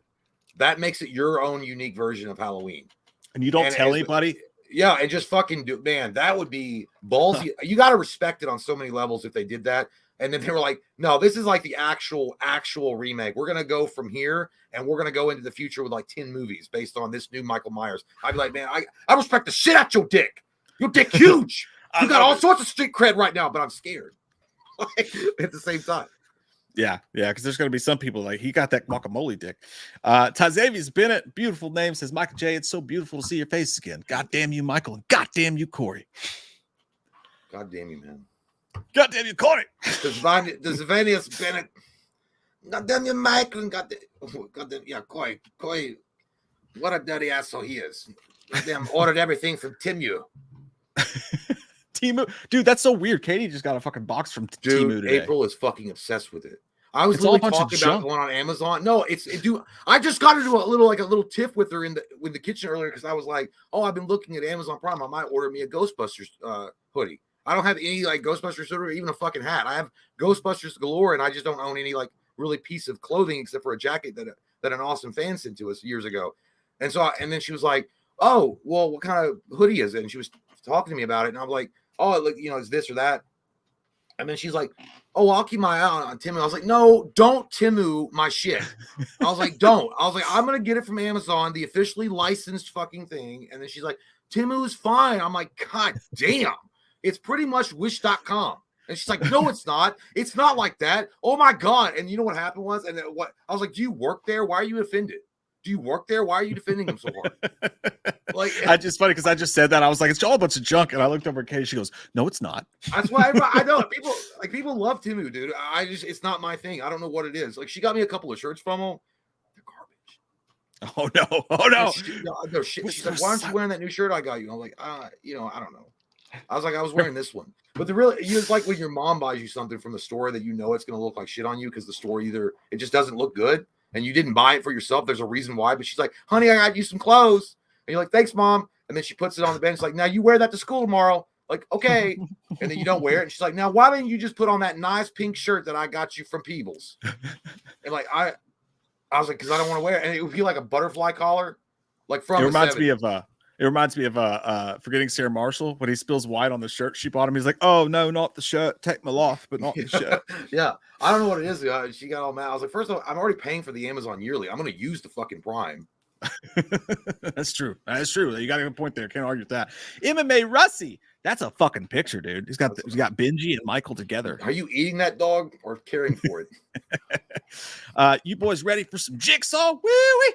I am actually. I'm pretty. The movie sucked. I already saw it. The movie terrible. Some people did. Some lucky fucks. Did they really? Yeah. The screen. Oh, we didn't get. I thought I figured we would have got a screener, but I guess they said fuck you. Well, they don't do screeners anymore unless it's in the theater for most shit. And we live in Kentucky, so none of that shit's around here. So we just get butt fucked. Just happens. Crazy. But I've been making my way through those movies and finally saw 6 today. You like it? Getting ready. It was all right. Was that the one with the detective at the end where he goes underneath the floor? That was the end of 5. That was fucking awesome. I like the 5th one. I like the end of the 5th one. I didn't like the movie, but the ending of it was good. That with that whole twist, that was fucking awesome, dude. Yeah, dude. When he's getting squished and he's just sitting there like, I like his face when he goes. Then he turns his head. I was like, that's a Giga Chad movie. He's like, I don't even look at you. He looked like Lex Luthor. It's like that guy's a good actor, man. I like him. The new Hoffman, or not the new Hoffman, but Hoffman. That guy should be the new fucking sheriff in Haddonfield. I can fucking see that. Yeah, I can actually see that a little bit. But no, I'm excited. I'm gonna watch Saw 3D tomorrow, and then we're gonna do. I'd say on Monday. Probably our stream on Monday is gonna be our Saw stream. Now that Jigsaw's out, we can rank it and all that fun shit. So it's gonna be shit show. We're gonna play a game with your wiener. Yeah. I can't wait for y'all to see what Jay did in Redneck Saw. That shit was funny as hell. I was dying. I can't wait for the hate comments because those are gonna be the best part reading through it.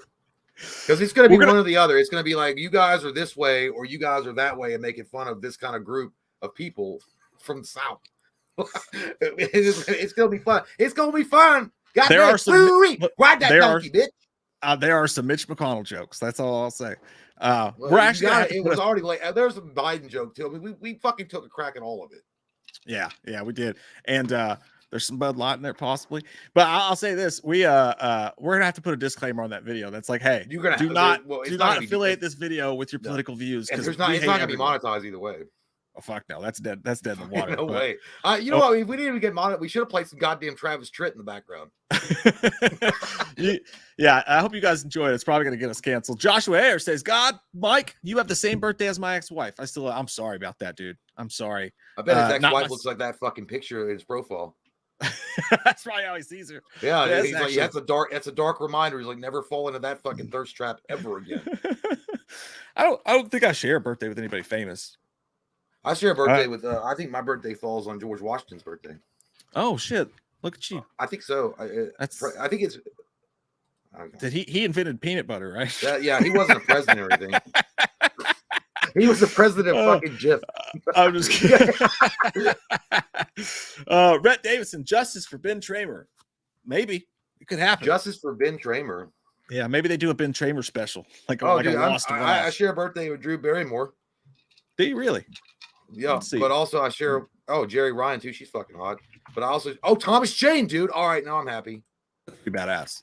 Share a birthday with the Punisher himself. Yep. I share a birthday with Hillary Duff, Jerica Hinton, Naomi Watts. Hey, that's pretty good. Naomi Watts. She's great. Phoebe Robinson, Vernay Watson. Oh, Young Jeezy. Young Jeezy and I celebrated birthday together. So there's that. I thought you were going to say Hillary Clinton. I was like, I wouldn't say that out loud. What is it they always say? Yeah, but what about her emails? Put them in your emails. Killjoy Jake, what's up, dude? He said, oh boy, I'm nervous for the next Halloween TV show, movie, comic, dildo, whatever. Hey, if you're not nervous about a dildo, you're not doing it right. Experienced. Yeah, you can't play it safe when it comes to dildos. You got to be out glow in the dark with a Halloween light up on the side with dildo. It's gonna be amazing. And that plays the Halloween theme song. The bell end is gonna look like Michael's face. Maybe it's gonna be a knife. I don't know. How do you guys feel? Love the channel. Hey, thanks, brother. Appreciate that. Yeah, I'm fucking pumped. I know some people are pissed, I don't want to know. I'm fucking pumped, dude. Let's do it. I'm nervous. I'm nervous, excited. It's like, I hope my mom fucking got me that goddamn Xbox. Oh shit. It was a fucking GameCube. That's like 5 years ago, Mom. All right, well, I guess that's the one you said you wanted. No, it's not, Mom. Just because it has a disc doesn't mean it's the same thing. Well, that's what the boy over at Walmart told me. Mom, fuck, I'll play the goddamn thing. You'll have fun with it. But yeah, I'm like nervous, excited. Because they can really mess things up. I'm not like exactly 100% trusting what Hollywood does nowadays. Even like any studio can fall victim to like executives being like, well, it's got to be like this because we're putting a lot of money into this and it's got to hit these demographics and it's got to do this and it's got to hit that and it's got to do that. And then eventually the movie's not even a movie anymore. It's just talking points. And that can happen to any fucking great franchise. And I just don't want that to happen to this beloved franchise, but I don't think it really will though, because the COD is really protective over his shit. I don't think they're just going to sell it to anybody. Right, I agree with that too. Thank God. Hey, one more time to the CODs, man. We're lucky that they're doing shit. Do things always turn out perfectly? No, but they haven't jumped the shark not once. So thank God for that. Mm-hmm. Caleb Parks said, Mike, say nugget slowly. It makes my toes twitch. Oh. Nugget. I'm doing the Christopher Nolan toasted chalupa nugget. What is this?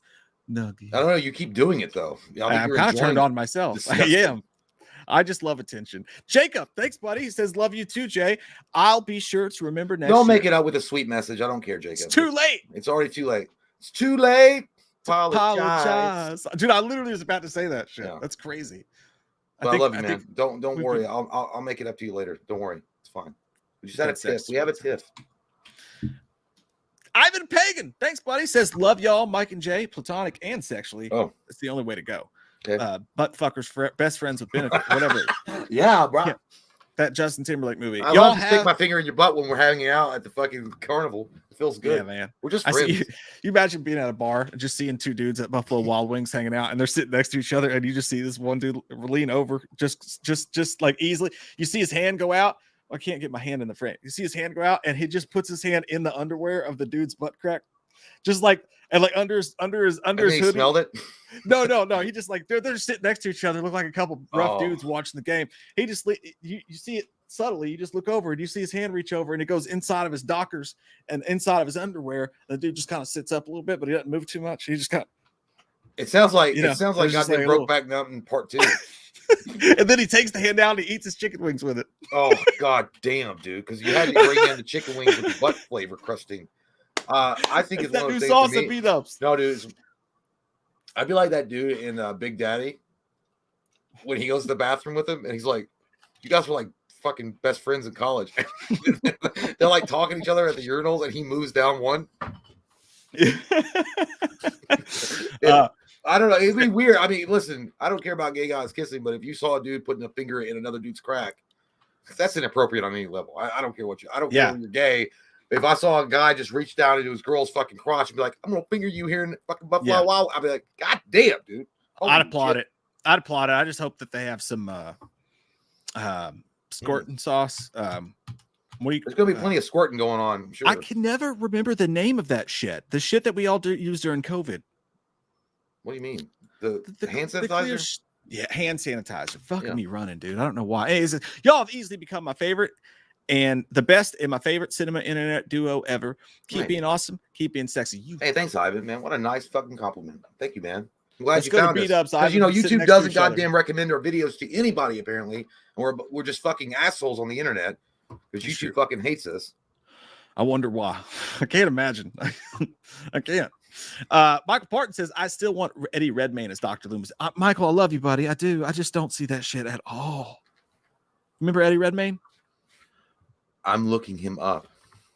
Buddy, I don't see it. I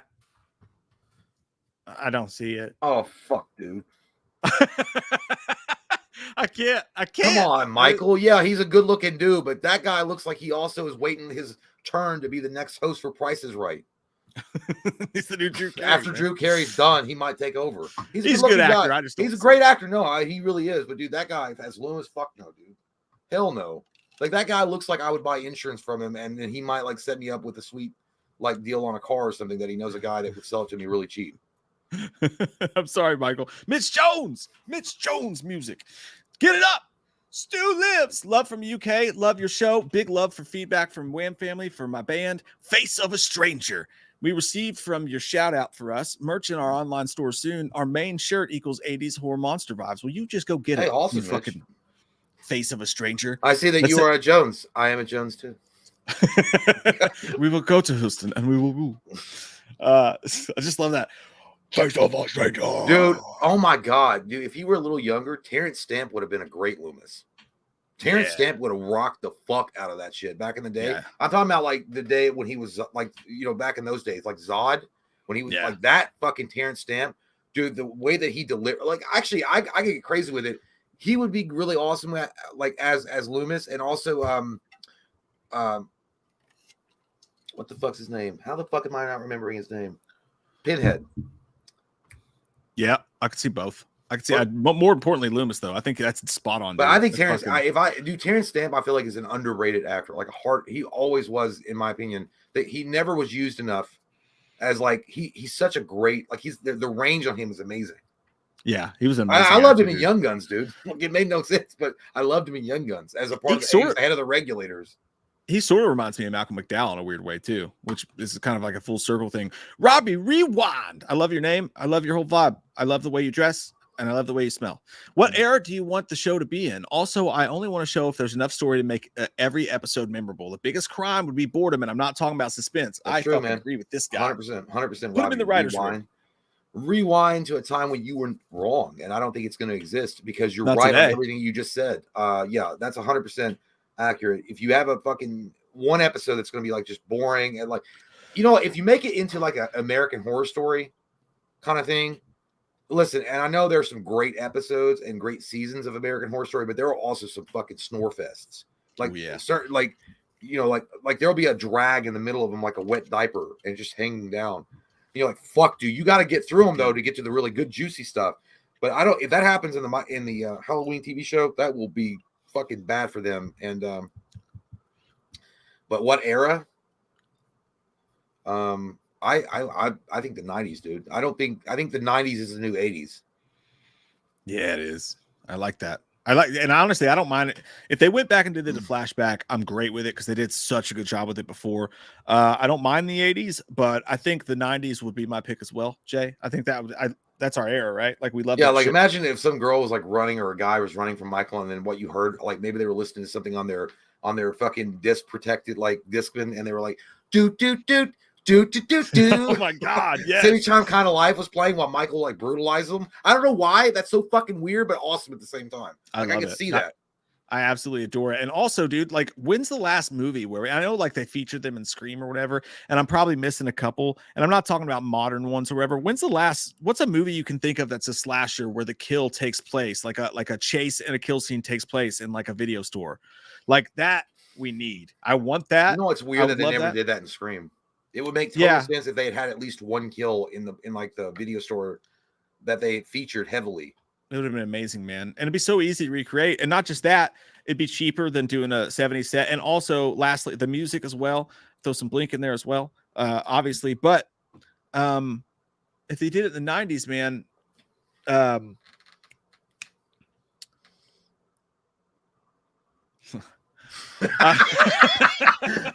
hate when that happens, dude. I had one of those moments while you were pooping. I didn't know what to talk about right away, so I was like, because I couldn't really spoil what we were like.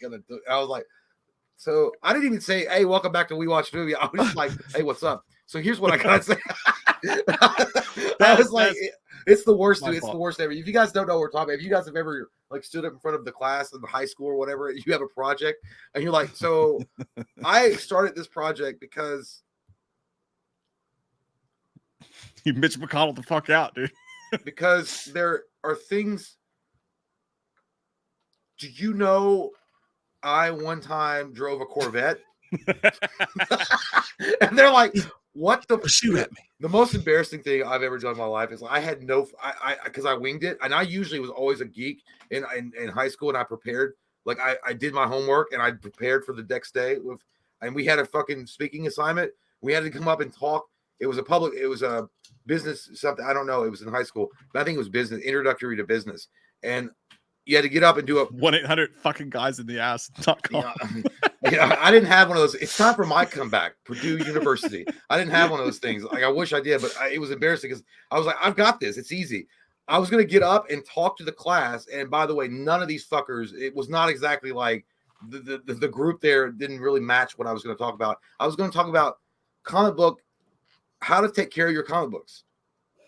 And I brought one up, for example. I was like, so, dude, it was as awkward as this moment is right now for me, trying to relive it and trying to tell try to explain to you the horror and the absolute disgust and terror that I felt standing in front of, like, there was like 4 hot girls that were like the popular girls this was like in sophomore year. They were like, and there's the asshole guys that were friends with the hot girls that were making fun of me while I was doing it. I could hear them like laughing and shit. And because I was doing about comic books, I was like, oh, this was, by the way, not when geekdom was sexy or popular. This was like 1999 or 98. Like This was not the sexy time. And then I did it on comic protector sleeves. And I went over the acrylic plastic of the comic book protector will keep your comic, and then what was so embarrassing, it was tanking so bad and it was so awful that one of the hot girls that were in, she was like, I have a question. So how do you know what's valuable like she was trying to be interested, but she was being interested in that way. Like, I feel really bad for this boy. He's so pitiful because they could hear the assholes laughing. Tough. And then, oh, dude, it was dynamite in my shorts. Like I was exploding and not in a sexy way. Like my insides were dying. And so when I got done, and dude, it was like, thankfully, I think the teacher was like, "Oh, this fucker just died." Like, I was like, the teacher was like, "This motherfucker died in front of me and then resurrected himself, and now he's a zombie." And like, she's like, "Okay, well, thank you, Jonathan. That was really good. Thank you. You can go back to your seat." And you're like, "But," and I was like, I wanted to be like, no, dude. The first thing I thought, I was like, when this class is over, I'm going to the payphone and I'm calling mom, and she's picking me up because I'm going to fuck home. I'm going home. And so I went back to my seat, and this fucking asshole, dude. A jock motherfucker, and I'm not gonna say his name because I know who he is. And I remember he turned around and be like, "So, bro, how often do you collect comic books? Is that all you like?" He was like that. And then the girl, Denise, her name was Denise, and she was like, "Leave him alone, stop." And I was like, God damn it! If I had fucking Toxic Avengers power right now, I'd melt your fucking face and turn them into fucking greasy ass French fries. You acne covered motherfucker. Of course, I'd never say this because this guy was bigger than me and he was stronger and he beat me up and I didn't fight. Anyway, I hope Halloween's good in the future. PTSD. It was, though. It wasn't PTSD. I don't know what happened. I should have been wearing this hat when that happened. Don't tread on me, son. Don't tread on me, bitch. Don't you come for my shit, boy. God, dude. And that's why she knew I was embarrassed too, because when I get embarrassed, when I really get embarrassed, my ears get red. Just my ears. Like they light up like Rudolph's nose, but it's both my ears. Yeah, it's okay. And I was, God damn it! Like all I wanted to do is explode, like fucking Eric Bana in the Hulk, and just get bigger and bigger and crush fucking everybody. Mm-hmm. And then I was like, I'm going home. And then I did. I think I went to the payphone and I called mom. I was like, I called her collect because I didn't have a fucking quarter, and I was like, come get me, mom. You think you like walked there? It's like, I don't even have a fucking quarter. I didn't, dude. I think because I gave my money away to that one dude, Fernando. Always asked me for fucking money, dude. Always just like, hey man, give me $2. I gave him $2. Give me $1. It was like goddamn jail, dude. I paid the fucking people and played around with the politics so I'd survive. That's rough, dude. I feel your pain. We've all been there, and so in one way or another, we've all been there. Crazy. But I agree with you, Robbie. You know, I forgot where. Yeah, dude. Boring is the worst thing you could do but they can also do that with a movie too, dude. They could bore the shit out of us with a movie just as well as they could a TV show. But I agree with you. No fluff. None of that Scream TV series, dramatic, sitting around in my room, crisscross applesauce, crying about a dude who died 5 episodes type fluff shit. You got to keep it moving. How you doing? Keep moving. Been caught. Whomever takes over the franchise should continue from Halloween to 81 timeline. I'm sorry, I'm going to stop that now. And it should take place in the early 80s. Well, so take up from Halloween 2 in the 80s. The franchise can I mean, that'd be fine. Like I feel like that works in a well, didn't they do that really? Didn't they kind of do that with H2O? Carry the yes. Yeah, I think they already did that though. They did, only that wasn't the early 80s, right? Because it was the they didn't film obviously, but I think but they continued the timeline for H2O was 1, 2, and H2O. Yeah, so they did. That is correct. They did that, and I think going back and retconning anything at this point is a mistake. Going back from what we just did, I think they confused people. That it worked out. It worked out great from Halloween to 2018 for sure. But breaking box office records and all that shit, it worked out great. But I think doing that now, I still remember walking around Kroger when the movie was coming out and hearing regulars, fucking fake fans. I'm kidding. I think I hate that shit. Hearing like people walk around going like, but wait a minute, I thought Lori died in like the 8th movie or something. Like there were still a lot of confused people. So I think if you go back and you try to retcon anything at this point, you're just risking losing everybody. Not everybody, but the general audience. Yeah, I never have that happen because I never go out of my house. So well, you know, I stay home, Charles. What about you, Charles? You came here yesterday. Yeah, but that was I went into like a private like residence. I didn't go out and like do anything. It was like catching a Pokemon. We went and got beer at the drive-thru, and then she looked at us like dirty ass drunks that we were, and then we went home. Yeah, she's like, y'all are gonna take that 12-pack of Michelob Ultra home, and you're gonna butt fuck, aren't you? Yeah, well, don't be jealous so much, bitch.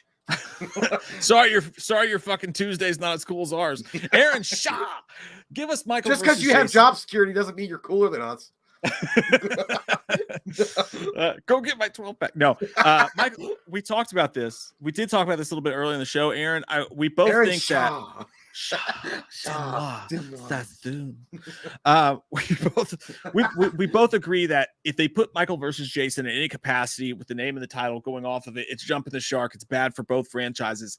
But let me just pitch it to you one more time real quick. I would love to see A24 have both series, have them exist in the same worlds, and have this jump back and forth between the Michael storyline and the Jason storyline that also takes care of the last dude's problem. No fluff in there. You like imagine watching a show, dude, and you watch Jason kill someone in Crystal Lake, and then with one black screen to the next frame, you're in Haddonfield and you're back in that story and going back and forth, and they never have to meet up. But you leave yourself the option open. If you're at season 6 and someone comes up with an amazing idea that makes sense that they would cross paths, then you fucking do it. I think that's crazy season cool. 6. We're a little ahead of ourselves there, huh? 13 fucking seasons. I have biggest to go pee, fucking dude, really show bad. ever. I'll be back there. All right. Can you pee in my mouth? Yep. Golden showers. I'll be there. Please. Golden showers over California. We fucking California. You deep Tom DeLonge fans will know that one. Andromeda 1741 only fucks when he's wearing a gun strap to his naked body. People were pissed at ends because Michael was barely in it. Why do it again? Even worse with no Michael at all. Dude, you're preaching to the fuck choir. Thank you. That's what I've been saying. The same people who are like, it ends.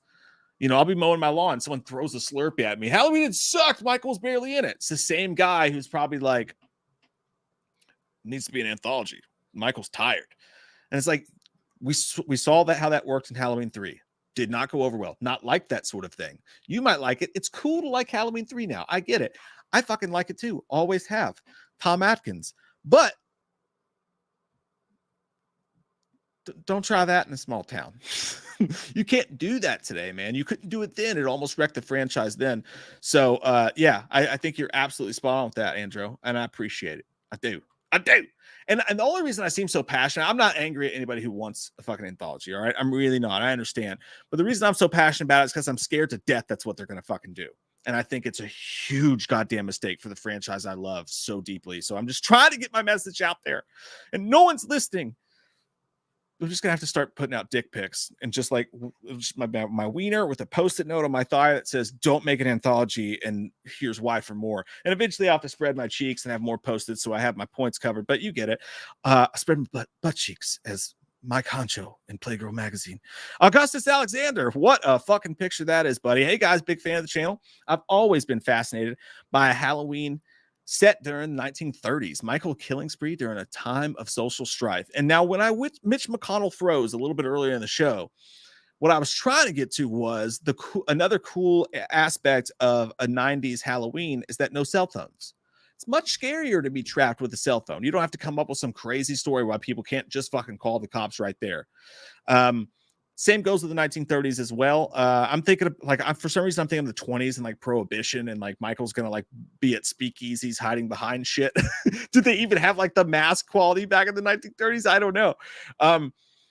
Again, it'd be a perfect thing if they were doing a series of one-offs and kind of like what ifs and just playing around with it. And I'd watch it. I'd watch the fuck out of it, man. I think that it's the perfect idea to do that with a TV show, to play around and do different things every episode, like a Batman James Bond movie, but in the TV verse, because I think there's so much weight when you put out a Halloween movie. It's so scary. You're like, if they don't do this right, this franchise could be Nightmare on Elm Street. You know, it could be unheard of for years and years and years. So we put so much weight on it and we anticipate it so much that it's almost impossible to please us. But if we know that there's this episode after episode, and it's going to be a new thing every week, then we can really just sit back and kind of fucking enjoy it.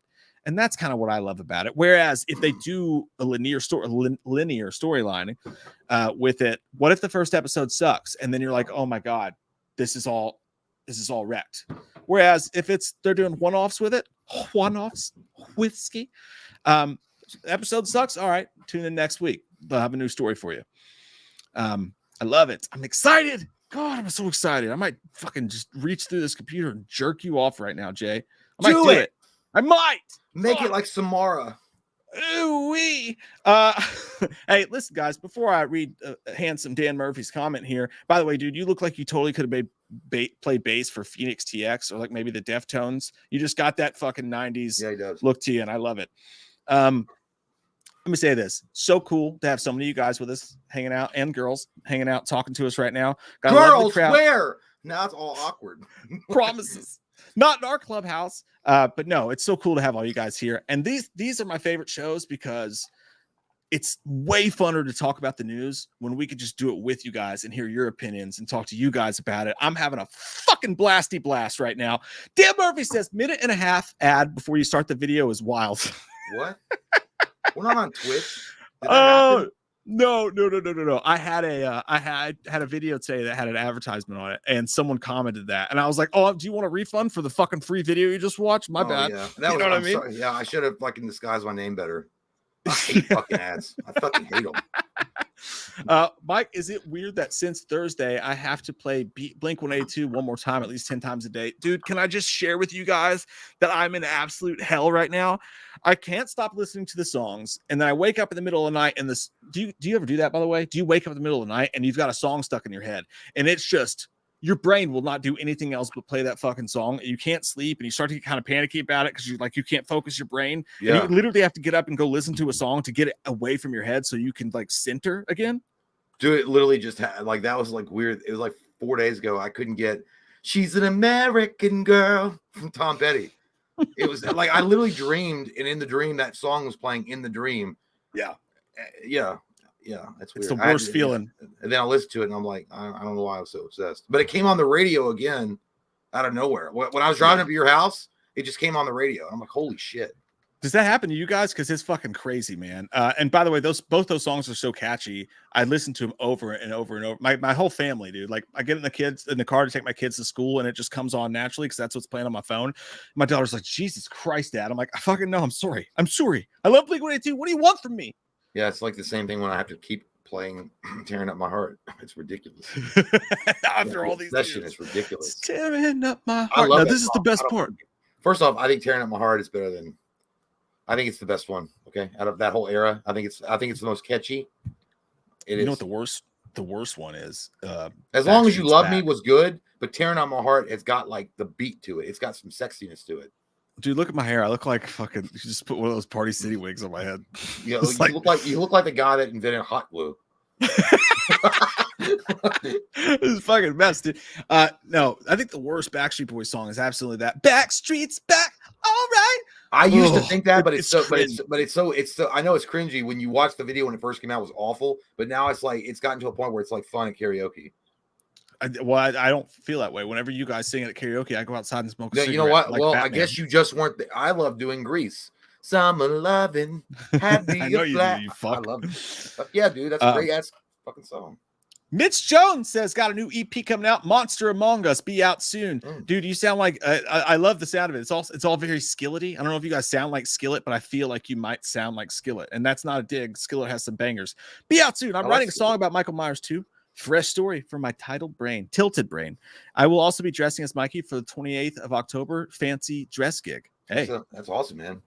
Fucking go out there and it's so cool to me that Halloween has spawned so many like the people that are so in love with it like we are, and it was so cool to have the access to YouTube to find and connect with you guys. That there's so many there's also like a creative wave of people that are able to write like fan films and like fanfic and do their own thing with I think it's great. John Carpenter may not say that. He'd be like, I was done with it after the first one. Have you seen my movie The Thing? I have a leather jacket and I smoke a lot. But I get why John Carpenter's like, yeah, I'm fucking done with that. Like, I don't want to like keep constantly talking about Halloween. Even though I never get that. I never understood that like desire as a director or creative force in Hollywood. Why you're upset about something that you made that took off and became this legacy thing. Why would you get mad about that? Yeah, dude, he's just a crusty old fart.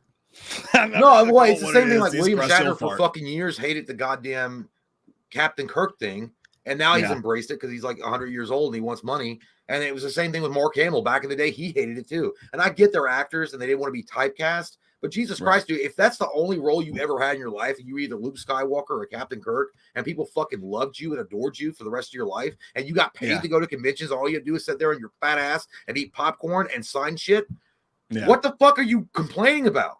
I agree. And I also, it goes back to the Rob Zombie thing. It's like, oh, I'm so sorry that Dimension gave you the biggest break of your career. And like, I'm pretty sure what your biggest box office success of your career, it must have been so bad for you to become even more fucking famous than you already are. You know what I mean? It's like, stop crying.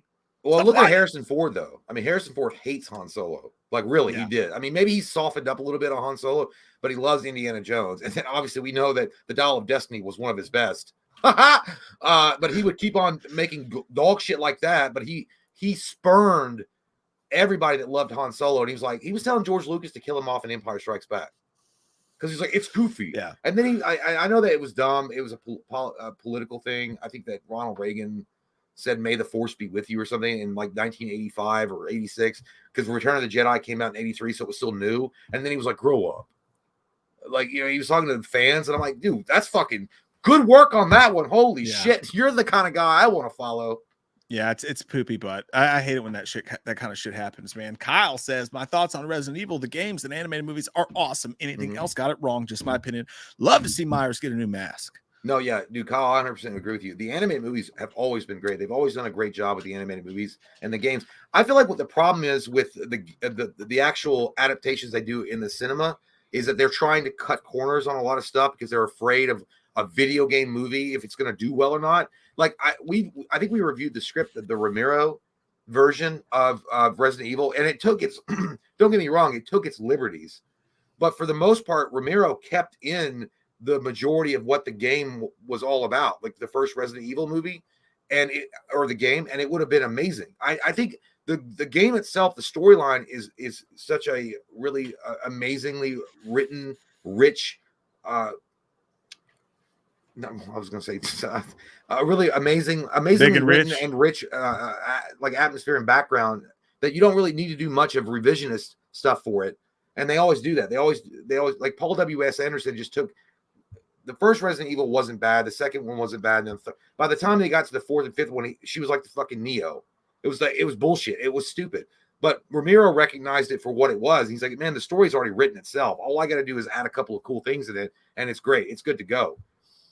But I agree with you. I feel like, dude, it's just like Halo, man. It's like the Halo thing all over. That TV show, fuck, dude. Like, I just don't know how you can't make a great. It's just like, why can't you make an awesome Punisher thing that sticks around besides Netflix? You know, the Netflix show. Why can't you make an awesome Punisher movie? Yeah, no, there's so many things. Honestly, there's a point where it comes to Halloween's like that too. Like, it's so simple. It's a dude in a fucking mask. Let's go. Let's put the shit together and stop fucking around so goddamn much. Well, it's because people get obsessed with ideas. We got to make something different. We got to make something crazy. No, you don't. Sometimes make like it scary again. Yeah, sometimes less is more there, sir. Yeah. Less is more. 100 goddamn percent. And you know what else is 100 goddamn percent? My wiener full of piss. I gotta let it go. I really do. I gotta go outside, I gotta go and get next to a tree. Do it the way Kentucky raised you. That's fine. That's correct, my friend. I'll be right back. We are at 9:10 p.m. by the way, with Norris, who is on the way to the Halloween 45 convention. Oh man. All right. Dude, well, we wish we could be there with you, man. Hey, I think I just want to say this before I go. I think there's the way that this news is trickling out, like a little pecker. I think that like the way this news is trickling out, we might be on the cusp of a big announcement at that panel. Because if they're going to do it anywhere, they should do it there. So We'll see what happens. I'll be right back. 9:10 p.m. All right, I got you. Norris, first name Chuck. Thank you, by the way, sir. It says on the way to the Halloween 45 convention. Very jealous. Who is someone from the franchise that you guys have thought would be really cool to meet and talk with? Take care. Love you guys. Love you too, man. Be safe on your travels. From the franchise, it would be really cool to meet and talk with. I think Nick Castle would be pretty fun to talk with. I think he would be great. I don't know. I think, and I don't. It might shock people. Like, why would you pick him? Brad Dourif would be great to talk with. I mean, he brought such life to the character of Brackett and what he did with that character. I think it was really awesome. And I have obviously. I think Halloween 2, Rob Zombie's Halloween 2, fucking sucks. But I think one of the brightest shining moment in that film is Sheriff Brackett and Brad Dourif's portrayal of Brackett. I would love to talk to Brad Dourif, and it really wouldn't. I think he's also. I don't really care that much for Chucky necessarily, but I mean, he obviously did great in that. I loved him in The Exorcist 3, but that's who I think it'd be Brad Dourif. I would love to talk and hang out with Brad Dourif. I think he would have some really awesome stories and just generally, he just seems like a really cool dude. But all right, Doris, thank you so much, man. And again, be careful, be safe. Jerry, thank you so much. Again, says he says, how do you think James Gunn's DCU Batman will be different? How'd you do it? Well, I didn't do anything yet, Jerry. But as far as James Gunn and his DCU Batman, I'm not sure how it would be different. Because what they've done with Robert Pattinson's The Batman, I think is perfect. James Gunn, he definitely has his own stylized way of shooting films and presenting these larger than life characters in a somewhat comedic way. I don't know, to be fair with you. I couldn't because Batman is so different. He's so different than all the other DC characters that you've got. Like he's this tortured soul that's bent on revenge, but he also understands that he has to lead another life where he's like the billionaire playboy and there's nothing wrong. And I'm having you got to walk that line. It's a very gothic, depressing, somewhat origin story. I mean, 100% depressing. So I'm not sure what he would do. I think James Gunn's going to relegate that to someone else, to be honest with you. But I think that James Gunn will have some influence on it, but I don't think it's, I don't know. I couldn't give you an answer on that, Jerry. Good question though. I really don't know.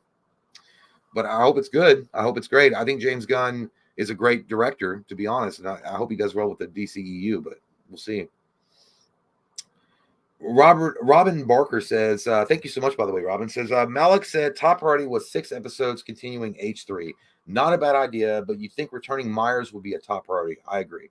If H3 returns, that's another reboot. Less than 3 years. Terrible idea, both financially or creatively. I got to be honest with you, Robin. I kind of agree with you. And we just talked about that. I think that if you start a TV show and there's little mention or no mention at all of Michael Myers, I think that you're going to have a dud. I don't think people are going to be interested in it. I don't think people are going to get behind it. I think hardcore fans, of course, will love it and they're going to be all about it. But I think that the majority of people, and it's also going to depend on the streaming platform that they choose, but the majority of people, they're going to be like, this is not Michael Myers. I don't care. If it's not Michael Myers, then I don't want to fucking see it. It's like the same trickery that kind of went into Halloween 3. People thought they were going to go see Halloween 3 and they were going to get a continuation of Halloween 2 in the 80s, and that didn't happen. And people got pissed. And for a long time, Halloween 3 was kind of like, it was the bitch child of the family. They were like, yeah, that movie. Well, at least he's got a good smile. It was like kind of like that. But I agree with you, Robin. I do not think, I think financially or creatively, it's a bad idea. Yeah, 100%. But thank you, man. Or I don't know if you're, but thank you.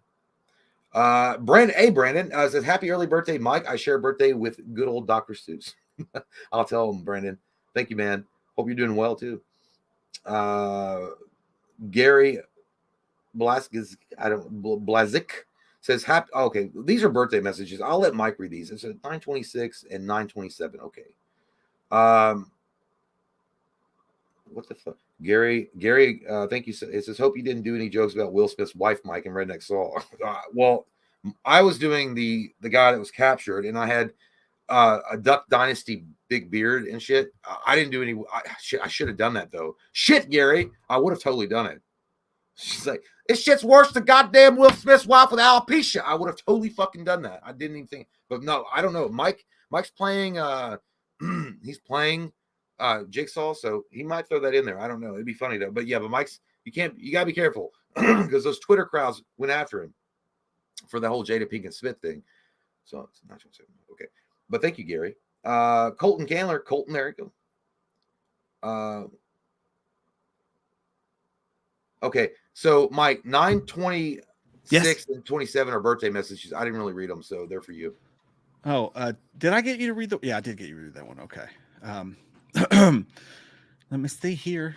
I'm scrolling. 926 was Brandon Ferguson. With my little finger. Brandon Ferguson, happy early birthday, Mike. I share a birthday with good old Dr. Seuss. Oh, that's a good one. Well, no, I don't know. Didn't he get canceled for something?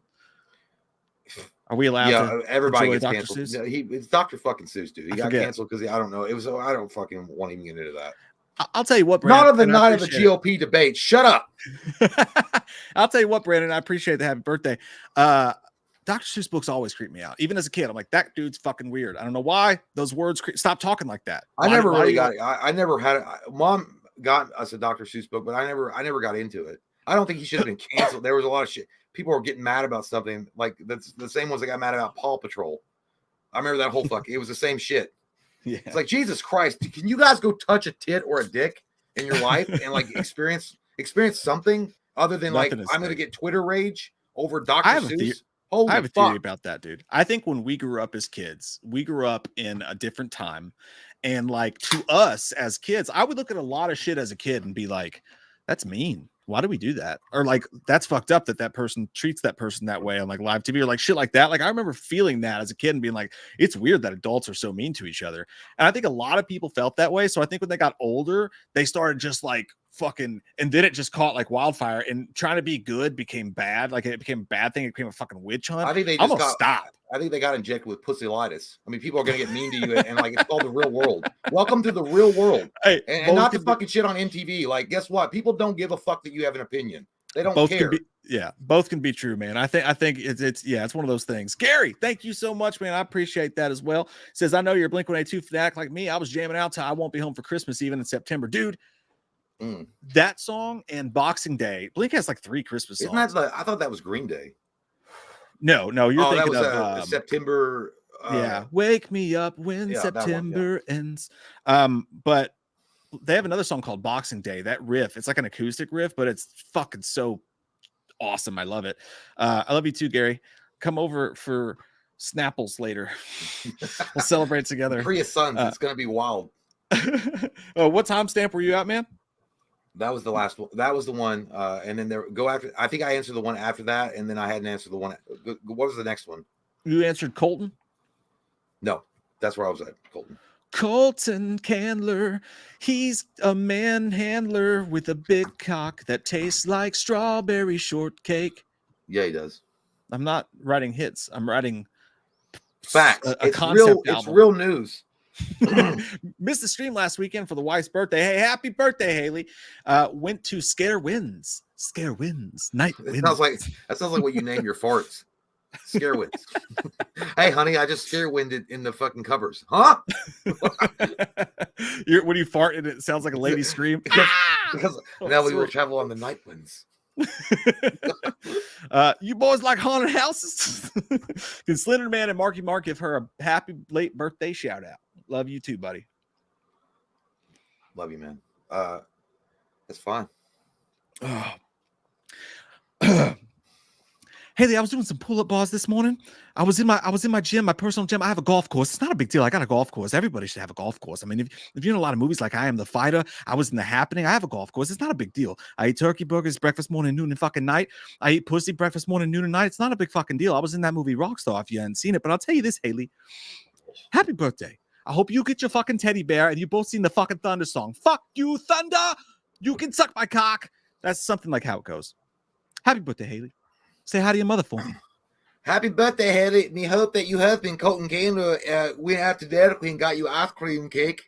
Me hope him did that at least for you, but it's only $9.99.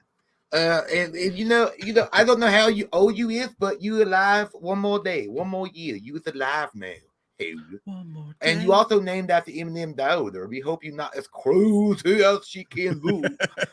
In the Haley, happy birthday to you. Enjoy yourself. Hopefully you get to go to Walmart and pick out knife drills and go to Sunday school. Teach the children right and wrong morals. Thing like that. Anyway, Colton, keep it up. Have a good time. Haley, happy birthday to you. Goodbye. And don't you, by the way, Haley, make sure you be forewarned. Them scare winds is code for farts. Don't let him fart on you and call it a scare wind. Goodbye. Happy birthday, Haley. Happy birthday. Wild Willie. Oh, Wild Bill Hancock. Coming off the top rope. Dude, you look like fucking Johnny Cage running from the law in your profile pic. It's like you slid on your knees in front of a camera. It was like, after you did a fatality. Watch King of Staten Island and Bupkis. I think Pete Davidson has charisma and acting chops to pull off Stu in a Scream review. Curse the name of Stu with the Pete Davidson.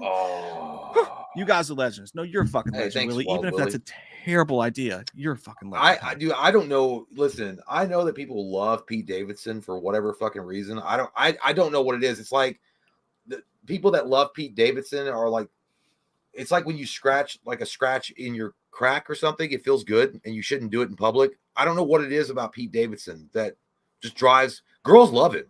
I mean, good for him, dude. But I feel like and to be fair, I haven't watched Staten Island or any of that stuff, so I can't be fair necessarily on his acting abilities. But from what I have seen from Pete Davidson, he just seems like a generic fucking dude. And you know, the other thing that makes me mad about him is like I saw him on the roast, celebrity roast. And he was talking about people make fun of me. I'm like, dude, I don't fucking care. To be fair with you, I don't care. You're a celebrity. You make fucking millions and millions of dollars, and you're talking about problems that you have. I fucking don't care. I don't care. It's just like when game developers talk about, we're under a lot of stress and things are hurting us, and nobody cares.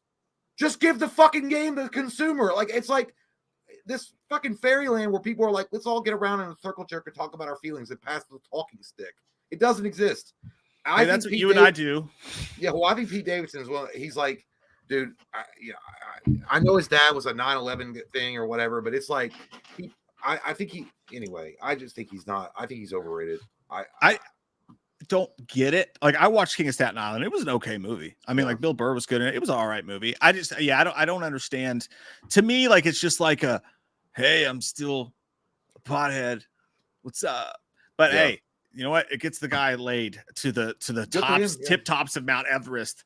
It's like Travis Kelce and Taylor Swift. I don't fucking understand it. To me, that Taylor guy Swift seems is like the 100%. biggest. I don't get that at all.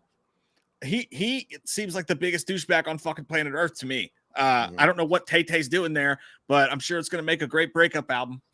That's all I know. Pete Davidson's best fucking performance was his Taco Bell commercials. He's the same character there. Yeah, sorry, Wild Willie. We love you, dude. It's fine if you have that opinion, dude. But I think we're just old. I think we're just old, dude. I think it's just like an age thing. You know, I think the kids like them. The youngins like them more. So, Truckin' Inspired says, "I'm back, but not drunk." Hey, man, it's all right. You welcome into the show, dude. It's fine. We're all drunk here. It's okay if you are. We all get drunk around here. We all float down here. I don't judge, buddy. Daniel Torres, thanks, buddy. Says, "What's up, boys? Hope y'all are doing well. What's your favorite Tales from the Crypt episode? Mine is the one with the magician cat surgery with 9 lives." That's very specific. So many. Daniel, did you just watch the goddamn DVD box set, and that's why you know it, and now you're challenging us on our throwing knowledge out of horror knowledge. Films? I don't, dude. Shit, dude. Oh fuck. I had a moment in my head of one of my favorite episodes, or one of the episodes that stuck out in my mind, and then it just went away with like a fart wind, a shadow wind, a night wind. I don't know, man. I remember enjoying. I'm not gonna say that because that sounds so cheesy and fucking fake.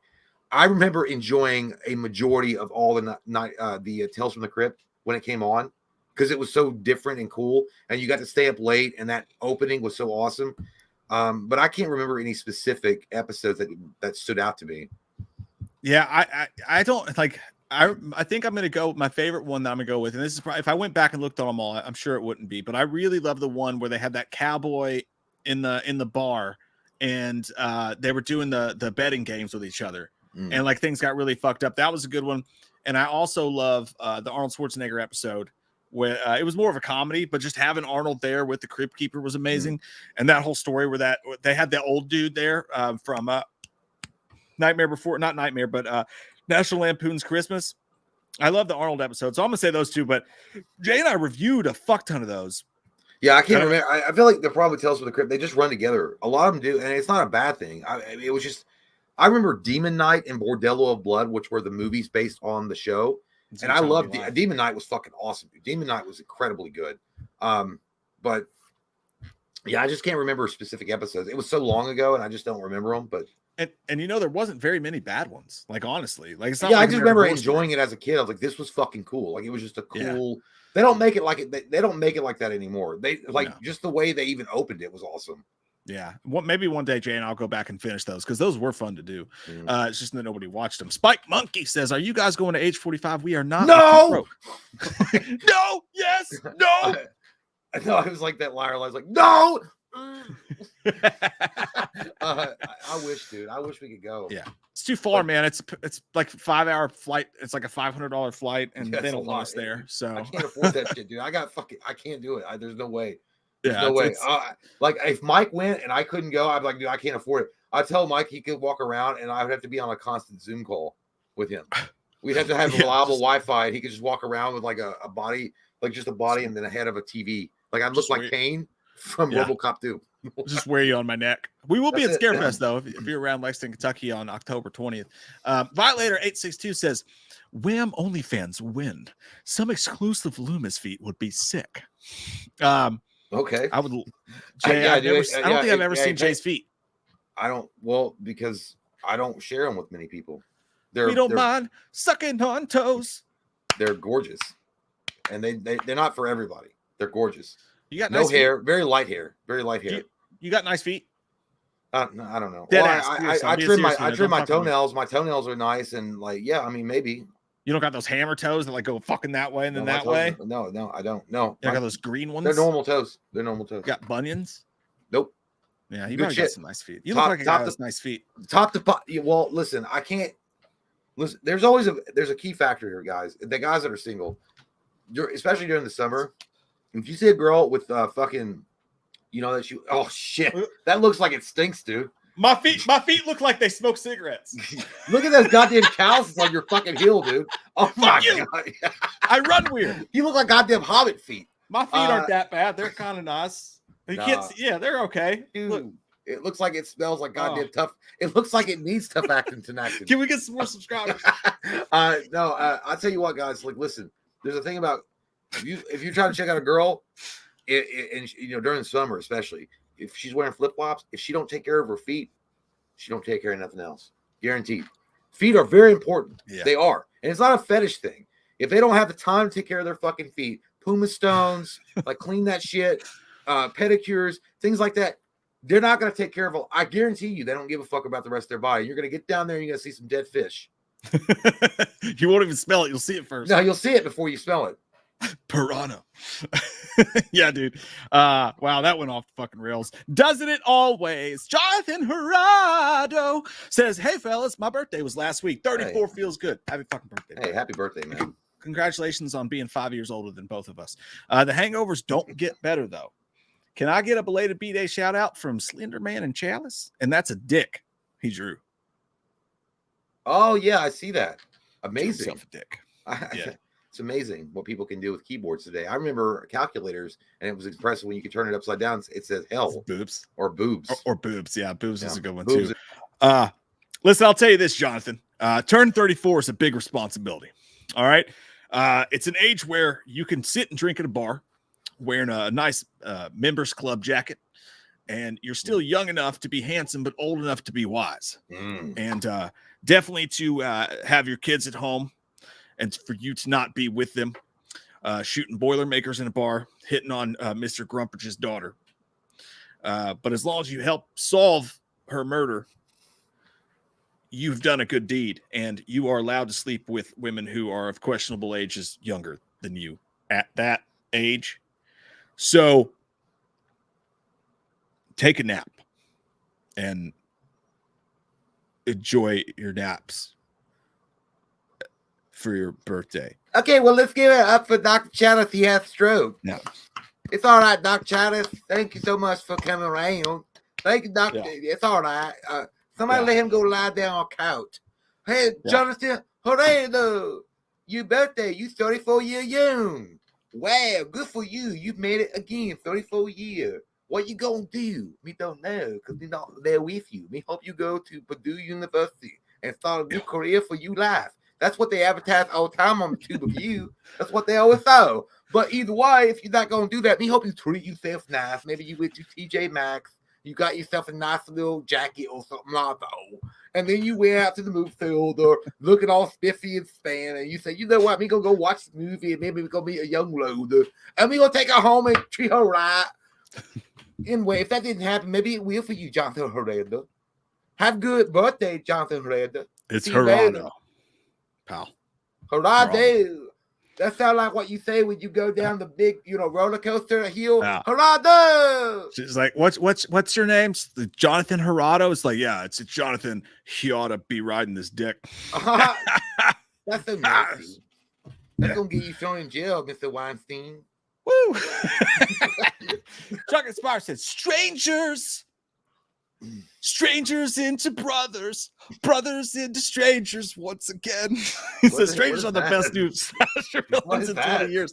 That's the new Blink song. I made Jay listen to it. He was like, I was already like drunk, and then I wasn't drunk, but I was buzzed. And I was like, "Hey, you gotta watch this now." I was like, "Dude, it's depressing." He's like, "Yeah, but I mean, it's kind of cool too." I'm like, "That's fucking exactly what I want to watch." This motherfucker, dude, like he did and I know you know what you're fucking doing because you know how it is when you try to show a girl or somebody like a song and they talk over the lyrics. You're not fucking listening. I was listening. Jay halfway through the fucking song goes, "What's this about?" It's about them, dude. It's about fucking. No, because I thought it was. I didn't, because the background kept changing, and then I was like, but then the words didn't make sense. You got to go back and watch it again. I did watch it. No, I know it's like now because you told me what they. You got to experience it the right way. Yeah, but I didn't like Travis just went staring at. I was like, nothing happened to you. Dude, he survived a plane crash. That's what I said. He survived a plane crash. Thank God he's okay. Oh, fuck me in the ass with a spoon. Strangers are the best new slasher villains in 20 years. Also, a new Halloween set in 98 would be Ass Cash. What is Ash Cash? I don't know. Ash Cash Bagash? Maybe he said, would it be good? Is Ash Hush Cash Puppies good? I think it's good. Or it's like Ass Cash. Like it's like stinky and bottom. Barrel. Gosh, my gosh. Gosh. Either way, strangers are up there for sure. I wouldn't argue that they're in the top 5, no doubt, but I'd have to go through a lot of pickings. Well, yeah, as long as we're not talking about Damien Mafia. Yeah, fuck that guy. That guy. Handsome piece of shit. Yeah, whatever. I don't even want to talk about him. Potato sack head. Joey Hebert said, "Are you gonna review Dylan's new Nightmare?" Fuck, I totally forgot about that, dude. We said we were gonna, and we didn't do it. I already watched it. I told you watched it. No, you didn't watch it. I told Dave I did. No, you told Dave you did. But that's only because he wouldn't stop talking to me about shadows haunting me if I didn't. I cannot fucking dude. This month has been fucking nuts. We need to watch that shit. All I'll say is this: I'm sure it's great. Proud as fuck of Dave. That's I saw awesome, the makeup. Looks fucking amazing. I'm sure it's gonna be fucking awesome. I did see Dave's like he was reciting. He was like doing like some lines or something in the Freddy makeup. He was fucking good, man. Really good voice. Really good appearance. Awesome. Yeah, I think it's probably gonna fucking kick ass. We're just jealous is the problem. We don't want to watch it because they're like, oh, we can never do that. That's the actual truth. Does anyone? Someone shit on the coats. DJ Graham says, "Does anyone think the hitchhiker from TCM looks like Shaggy on meth?" I see that. Yeah, are you on the game?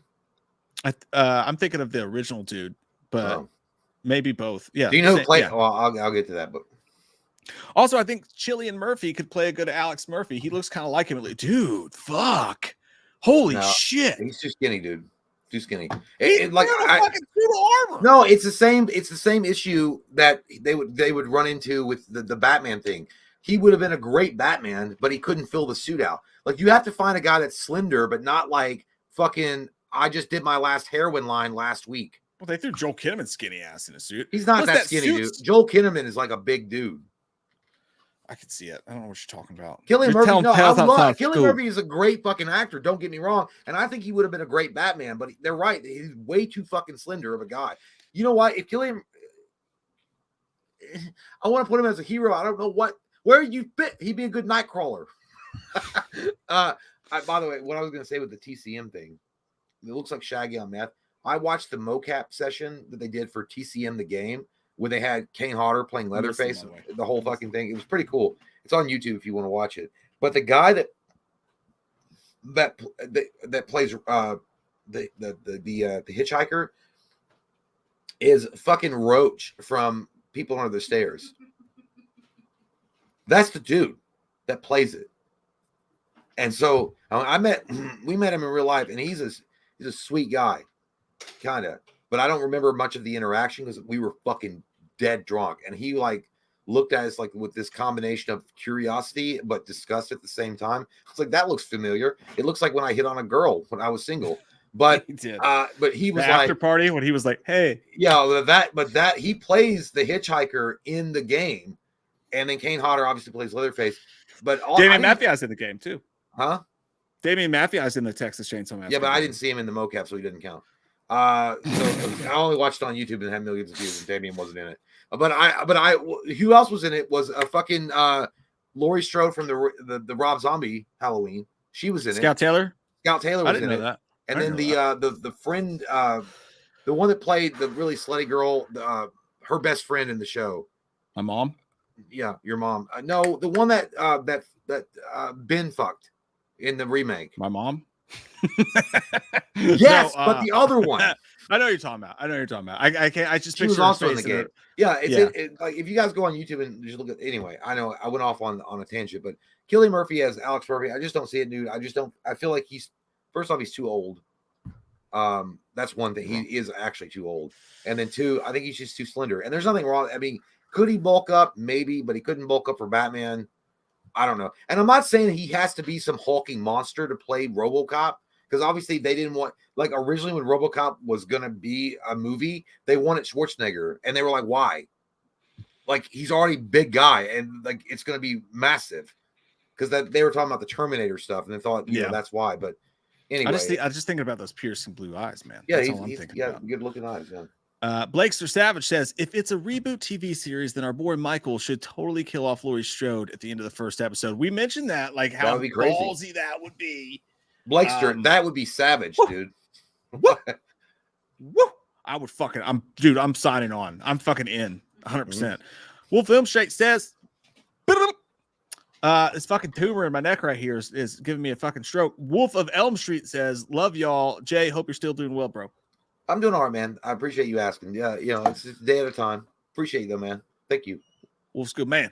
Kay Sidebottom is a good lady. Gotta love seeing your face. Watching the remake of Hills Have Eyes. Man, I forgot how brutal this was. Almost October, ladies. Love you both. High fives. Ooh wee. Yeah, dude.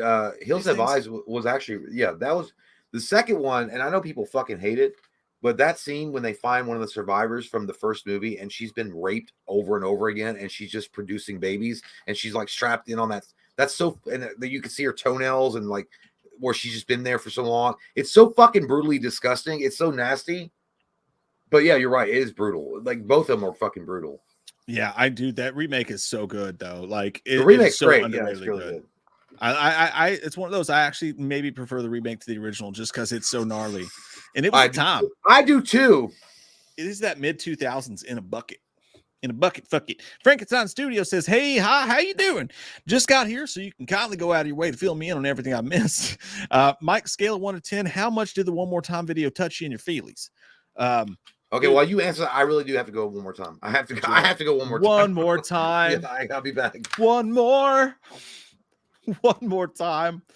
Jay's got to pee one more time. Yeah, it got me, man. I knew what to expect because I've been following it like every day. So I've heard like little bits and pieces of the lyrics. The lyric that fucks me up the most is the "Do I have to die to hear you miss me?" God, it gets me, man. It gets me so bad. But if you know the history of Blink and you know everything these guys have been through and their friendships and everything, it was rough. I was in the car with my wife the first time I heard it because we were on the way back from Indianapolis seeing Gaslight Anthem, who fucking sucked. And I was like, Steely Dan, I ain't crying in this fucking car. But then we got home and she took a nap and I watched the video and I just cried alone to myself at my little desk. And sometimes it's weird, man. That song gets stuck in your head, but sometimes you'll just be listening to it and it'll catch you unawares. Fucking karate chop you in the back of your neck. Might get a little tear out of you just randomly. And fuck, does it not get stuck in your head too?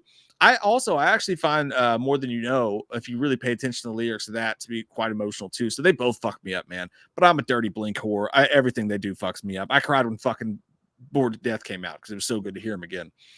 And some people, if you don't get why everybody's so happy right now to see Blink and everybody's so emotional about this is not something Blink fans thought we were ever going to get again.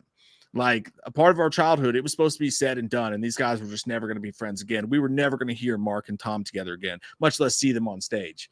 So it was fucking. This is just, we're living in an alternate reality, and it fucking kicks ass. So we're excited, and it's amazing. It fucking rules, man. I'm so excited. I can't wait for that album to come out. I'm gonna just fucking, it's gonna be great. I'm so excited. Scarefest is 3 days later because I'm just gonna be on a Blink fucking high the whole time we're at Scarefest. Elias, which is a cool fucking name, and I like your picture too. I was in a band once and we couldn't think of a name, and they were like, "We're gonna call the band Nameless." And we were all like, yeah. And it was like, this is corny as shit. It didn't last long. What's up, Mike and Jay? I haven't caught a live in a very long time. Just got my 4K Halloween H2O Steelbook. Comb your hair. Dude, I just watched that on 4K.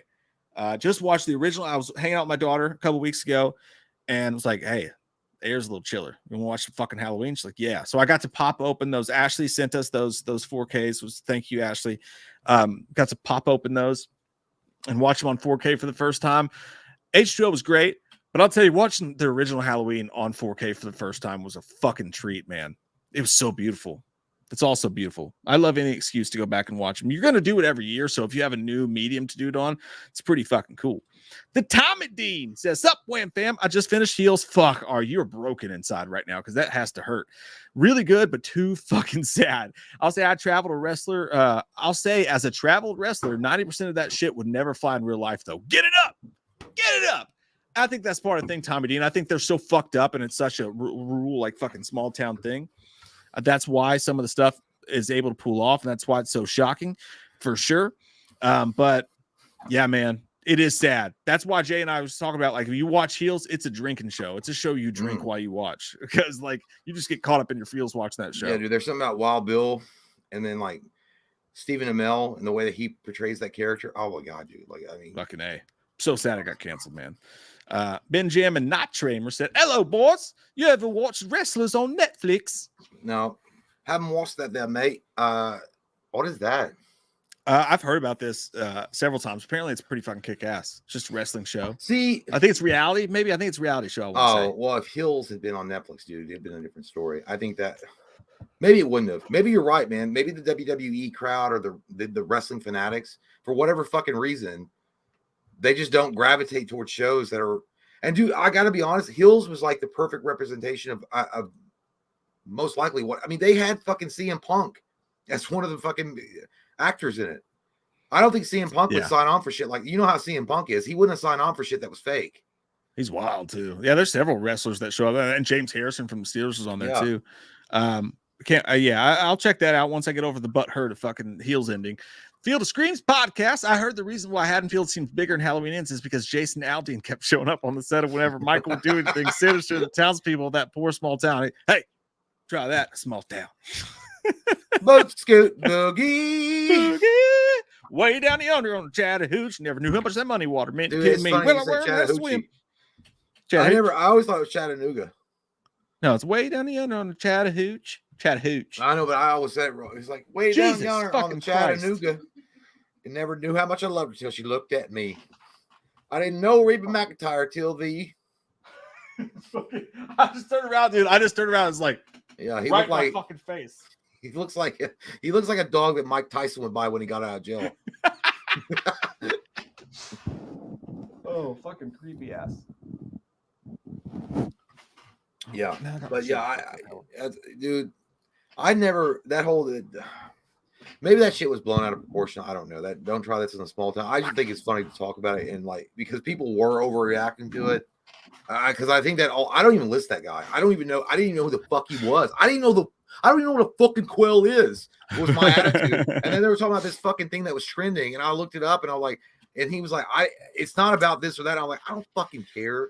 It's another slow day on the fucking newsreel today, I guess. Like, yeah, I think it's dumb to get upset about, and I also think that the song is just corny as fuck. I don't listen to country. I don't listen. Like, yeah. So I don't know, but I didn't even take the time to listen to the fucking lyrics to find out why, if it was offensive. I didn't even fucking.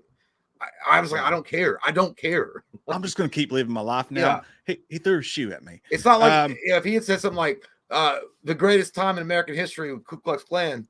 Yeah, then you might have an issue right there. But otherwise, like, I don't care. You guys, they don't even write their own fucking songs, so you can't even get that mad. There's no way. Dude, 100%. You think that most of these people write their like these big giant fucking pop stars or country pop stars that they write their own shit? Most Fuck do no, not. dude. Most Fuck no. Not. Taylor Young, thanks, buddy. How about we start a petition to deepfake or CGI a different mask for Halloween 4? It would be the best movie in the series, in my opinion. You know we fucking agree, buddy. I would love that, dude. Actually, like give it like the Zack Snyder treatment and re-release it or something like that with the updated look. Fuck. There is a fan video on or a fan film kind of where they did deepfake the actual Halloween 1 mask onto Michael Myers for Halloween 4. You can watch it on YouTube. Is it the whole movie? Not the whole. I mean, maybe not the whole movie, but just like 3 minutes or 4.5 minutes. But that's what dude. I want that whole goddamn movie. But yeah, it's an amazing idea. I don't know why they haven't done it. Quasi Juice, I can smell your juices. Says, "Evening, you sons of women of ill repute." Hello, Rovinary. What's up, Rovinary? Calling it now. Michael's going to be controlled by Pie Man or whatever that demonic sumbitch's name is in Hereditary. Oh, Piebald Crane. What the fuck was that dude? That PP head? Fuck, I don't know. I think it was PP head, formerly Piebald. Yeah, penis chewer. All I know is like old man dong. Hey, if it's A24, we're probably going to get at least one old man's dong. I got to be honest with you, Rovinary. If they do that kind of shit, if they try to take too many liberties, like with Halloween 6, they're like, oh, there's this cult in fucking Ireland that were druids from ancient bloodlines that have been controlling Michael. I'm like, all right, you guys have fucked this up already. If they do that kind of stupid shit or like that, but you're right, man. That's an easy out, and that could be like, oh, but people love mysticism. They love that fantasy shit. There's a time and a place, bitch, and Michael Myers is not it. Do not put some Hobbit shit in my fucking Michael Myers. Do not do it. I definitely think that there's a place for a possible thing they could do with the novel where it touches on that a little bit. But you're right. There's such an easy way to fuck that up. It'd be sketchy easy. for sure. Yeah. Definitely. Thanks, man. Mitch Jones, I share a birthday with Titanic sinking and 2 days before Friday 13th Part 4 released. Right, maybe that's why Part 4 is destined to be my favorite movie. Bam! Boom. Boom. Mitch Jones. Mitch Jones, motherfucker. You sluts, you dirty little sluts. Watching this live stream with our mothers of women of ill repute. If you guys had to choose one Halloween franchise movie when the stream ends, what are you choosing? Halloween 2018 would be my choice. Plus, it's on Peacock. If you guys had to pick one Halloween franchise movie when the stream ends, okay, so like, what movie would you go to watch right now? Stream? Like, to watch right now. I don't mind 2018. Dude, I don't know. That's a good question though. Halloween 2018. Halloween 2018 is a sexy choice. I gotta be fair with you. That's a very sexy choice. But dude, it's gonna be standard. It's gonna be standard fare. I'd be Halloween 4. Halloween 4. Oh, that's good. I'm gonna go Halloween 6 tonight. That's just my mood right now. Yep. I would go Halloween 6 at the moment if I had to pick one to watch. But I mean, if you're drinking though, you're just gonna skip around. You're gonna skip around to get to the best parts. With that. I'm too much of a completist. No, but because maybe I want to get to Halloween 6 and I'll skip around on Halloween 4. I shouldn't do that, but I'll do it. I can't do it. I can't believe I know I should, but I don't. Gary, watching The Departed for the first time, and Marky Mark is funny as fuck when he's ripping the other cop. He's like, yeah, dude, that shit is he's like, I'll tell you one thing, you are not a fucking cop. Like, he's so fucking good in that, dude. Alec Baldwin's great in that scene. Yeah, she's hot for fucking my father. Yeah, I love The Departed so fucking much, dude. That's such a great movie. You fucking Ivy League Boston. Dude, it's so weird. You know, I gotta respect Mark Wahlberg for one thing, dude. He never went back on his laurel, or he never really sat back on his laurels and went back to doing like some kind of reunion bullshit with Marky Mark and the Funky Bunch. Like, I feel like he's so embarrassed of that fucking period of his life that he kind of is like, yeah, I know what happened. It's kind of bullshit. I was like doing the Hanes commercials and my body was sexy and I get it. I did. Yeah. Sweet. Well, he's a big religious dude now, right? Yeah. Well, he moved out. Well, it is what it is. But I mean, I think that not long ago, he was brought out on stage at a New Kids on the Block thing and they played Good Vibrations. And he was like, he had a good sense of humor about it. He was laughing about it, but I'm sure it's embarrassing for him. It's like, that was so tacky back in the day, and he was like, you know, it goes, put your shit on the TV. Your shit's all fucking. And he was talking like that back in the day. I'm like, bitch, you're fucking Donnie Wahlberg's brother from New Kids on the Block. Calm down. Yeah, calm your shit down, dude. God damn, fucking hot butt in the sand. Dwayne Johnston. That's scary as fuck, man. Michael Keaton would be a great Loomis. He would. Fuck, dude. That would be great. Yeah, man. Why have we never thought of that? I know. I don't know. God. Yeah, I like it. That'd be great. Sexy. Michael Keaton would be a great Loomis. Also, would you rather shit a brick or piss a golf ball? I mean, I'm shitting a brick.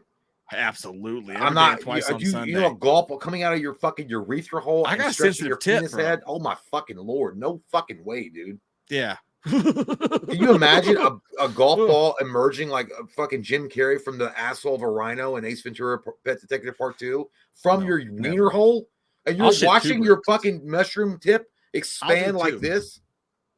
I'll do 2 bricks. Fuck that shit. Ow! I've probably shit a brick before. I've probably already done that once. Yeah, because what if the brick goes like up and down, out? Like, not like if it goes up, if it goes vertical, it's gonna hurt, but it's not gonna hurt as bad if it went like horizontal. I hate you for your questions. Golden Caleb said, if a Halloween game was announced, what would y'all want? Multiplayer, a campaign plan as Michael, campaign plan as victim. Also, happy birthday, Mike. Thanks, buddy. Love you, bud. Absolutely. 10 times a week, twice on Sunday, and 3 times on Feliz Navidad. I do not want a multiplayer Halloween game, dude. I think there's enough of that going on in horror. If it's Halloween, I want a fucking campaign. Whether it's Michael or victim or both. I want a campaign. I don't know, man. I think you could have both. I think that. Shut up! No, I'm saying that I think I would want an offline mode where you could play the story. Yeah. What I would want is you're either Dr. Loomis or you're like a Dr. Loomis-esque type character investigating these murders that you don't really know what's going on, and it's a horror game like Resident Evil or something. You have to find clues and track down what's going on, and you get calls over the radio like this happened, and you got to go and do investigation shit, and then a scary thing might happen, and then you have to go and track these clues down. I think that would be really interesting.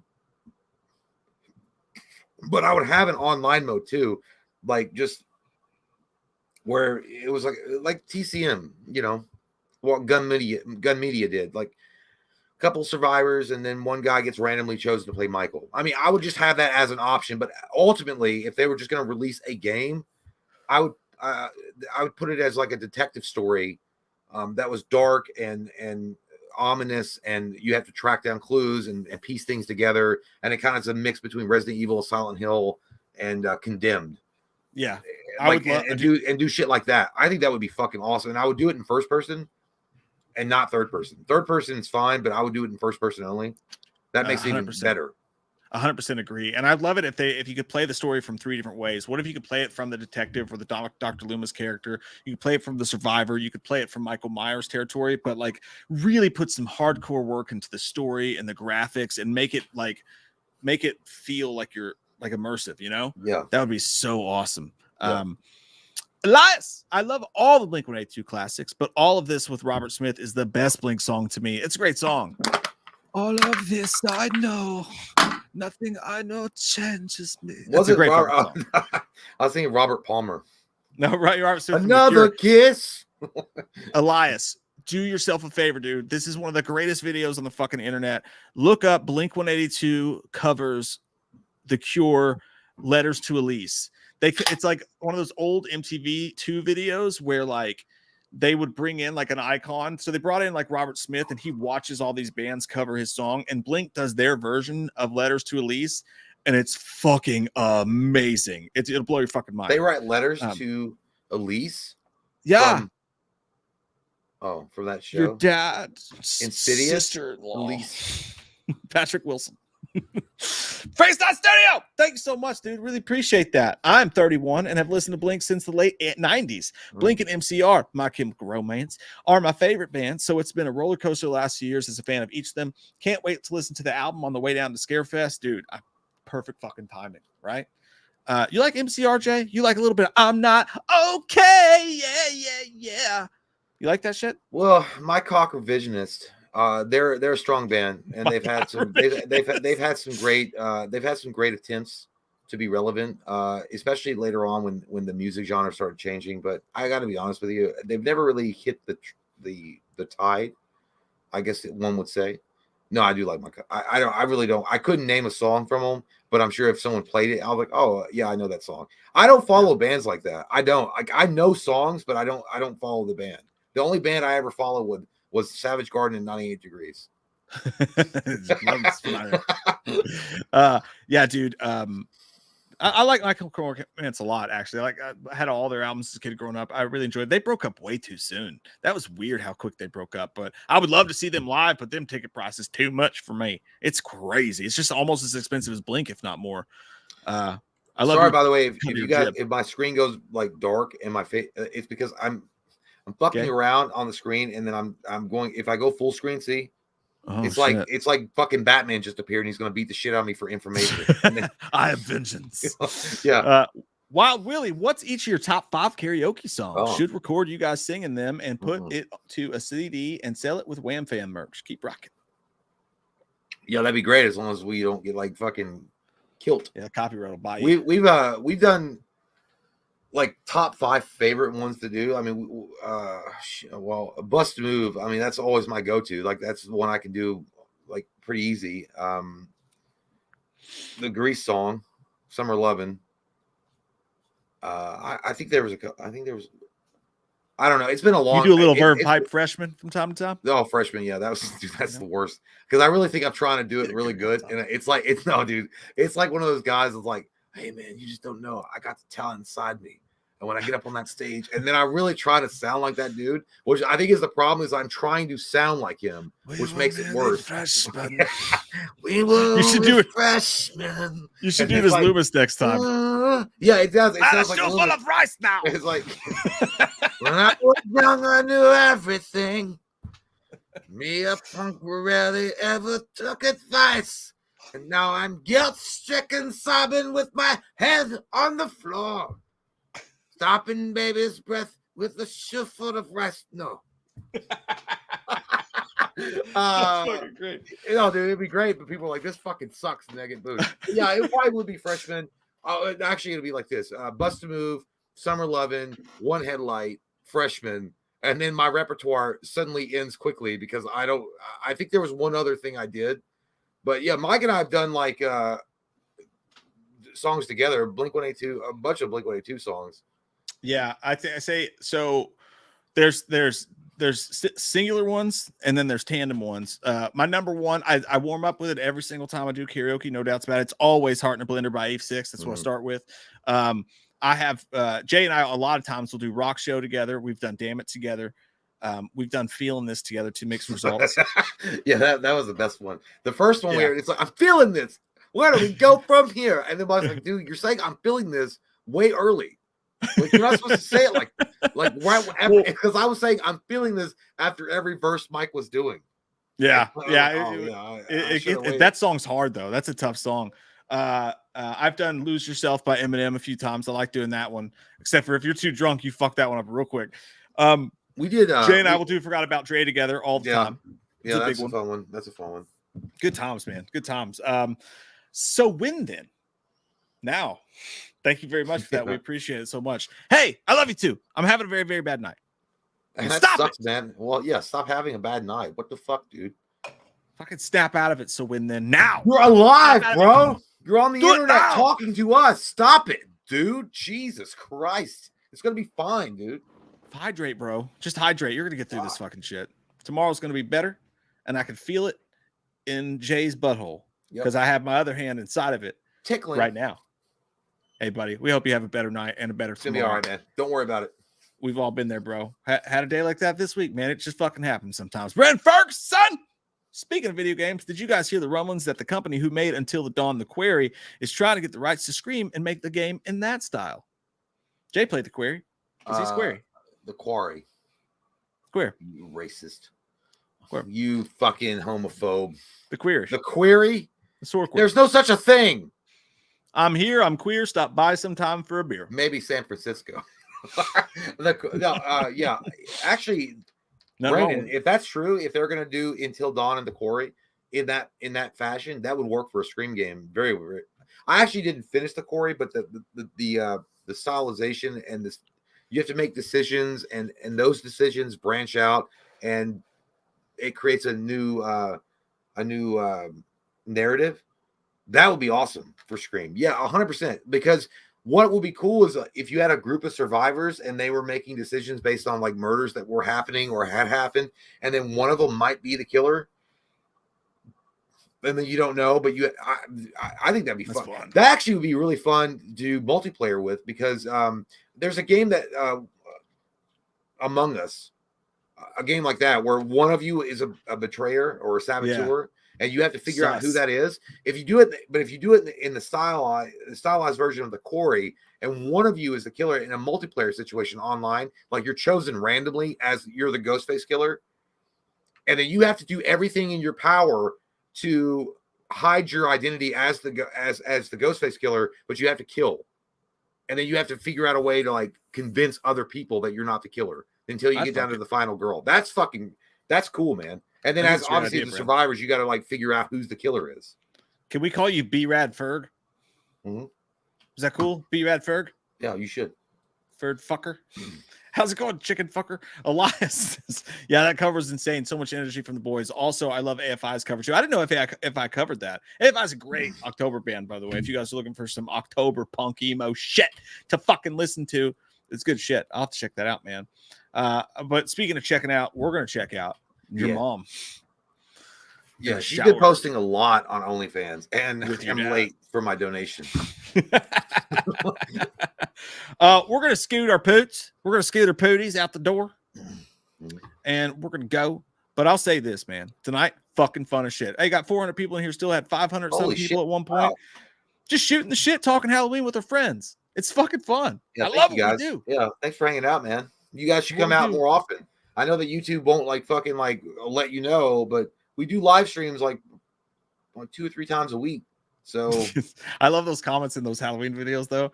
They're like, "Man, how's Jay? I haven't seen him in months." I'm like, "He's here every fucking 2 days." yeah, Like, I had to go. Mike was like, "Yeah, dude, I don't want you being in the videos anymore.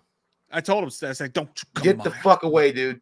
You're doing. You're bad for business. You're wearing your American flag hat, and I fucking love. And Mike loves Russia, so you just can't have that. No, but I said, don't try that in a small town. Don't try it. You'll get barbecued. No, man, but we do like 2 or 3 days a week. Around here, we shop at Target. You goddamn correcting, and our goddamn groceries are done at Winn-Dixie. No, yeah, we do like 2 or 3 times a week. Usually about 8 o'clock. We'll have a live stream up Monday, Wednesday, and Friday normally. So yeah, come hang. You guys check it out, man. If y'all want, well, it's not Friday. I'm sorry, Saturday. Patreon stream on Saturday night, and we're gonna play a little bit of gamage on that one. Gonna play a little. Yeah, man, we're gonna do TCM. Yeah, it's gonna be fun. Yeah. Fucking hell. So y'all come out and hang out with y'all. Hey, come out and hang out, y'all. Come on. How much is that? How much is $5? It's the live stream's a $10 and up tier. Yeah, you got $10. Fuck them kids. You don't need no child support. Come on. I'll give you a keep on. Get a lot of other shit too. Yeah, man. Hey, come out and hang out with it. If you guys like anything, what you we get crazy on the live stream, on the Patreon stuff, and then like it's still new for us playing the game TCM. Yeah. It's gonna be fun as fuck, dude. It's fun. Yeah. I haven't played it since the last Patreon, so it's gonna be fun.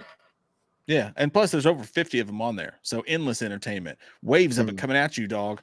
I think we did miss one super titty, and it's from Mitch Jones, motherfucker. Jaws, Halloween 78, The Thing, Scream 1, Aliens, Predator, Terminator, They Live, Child's Play 2, Dog Soldiers, The Descent. How do you lads feel about these? They all suck, Mitch. A good movie in that fucking list, Mitch. What the worst fucking list you could have given me. That's like telling me that I'm gonna die of like 18 different cancers and telling me with a fucking smile, Mitch. What the fuck? I'd rather watch Lindsay Lohan's fucking biography. Dude, you literally named some of the maybe all of the best movies. It's amazing what you just did. That's a good list. They're all great, man. They're amazing. They're all fucking awesome. I'm not the biggest fan of Dog Soldiers. I know a lot of people love that. I'm not a big fan. Thing? Yeah, it's a soldiers and a werewolf thing. Yeah. Never touched my titty. But everything else is like, dude, they're like 10s, 8s, 9s, 10s on ratings. Yeah. Just like you and all your sisters and moms and dads, you're all hot and we'd love to fuck sometime. But tonight we gotta go. We love you guys so fucking much. Thanks for hanging out with us. We'll see you soon. Bye, guys. Birthday wishes. Bye. Bye. Be careful. Sluts.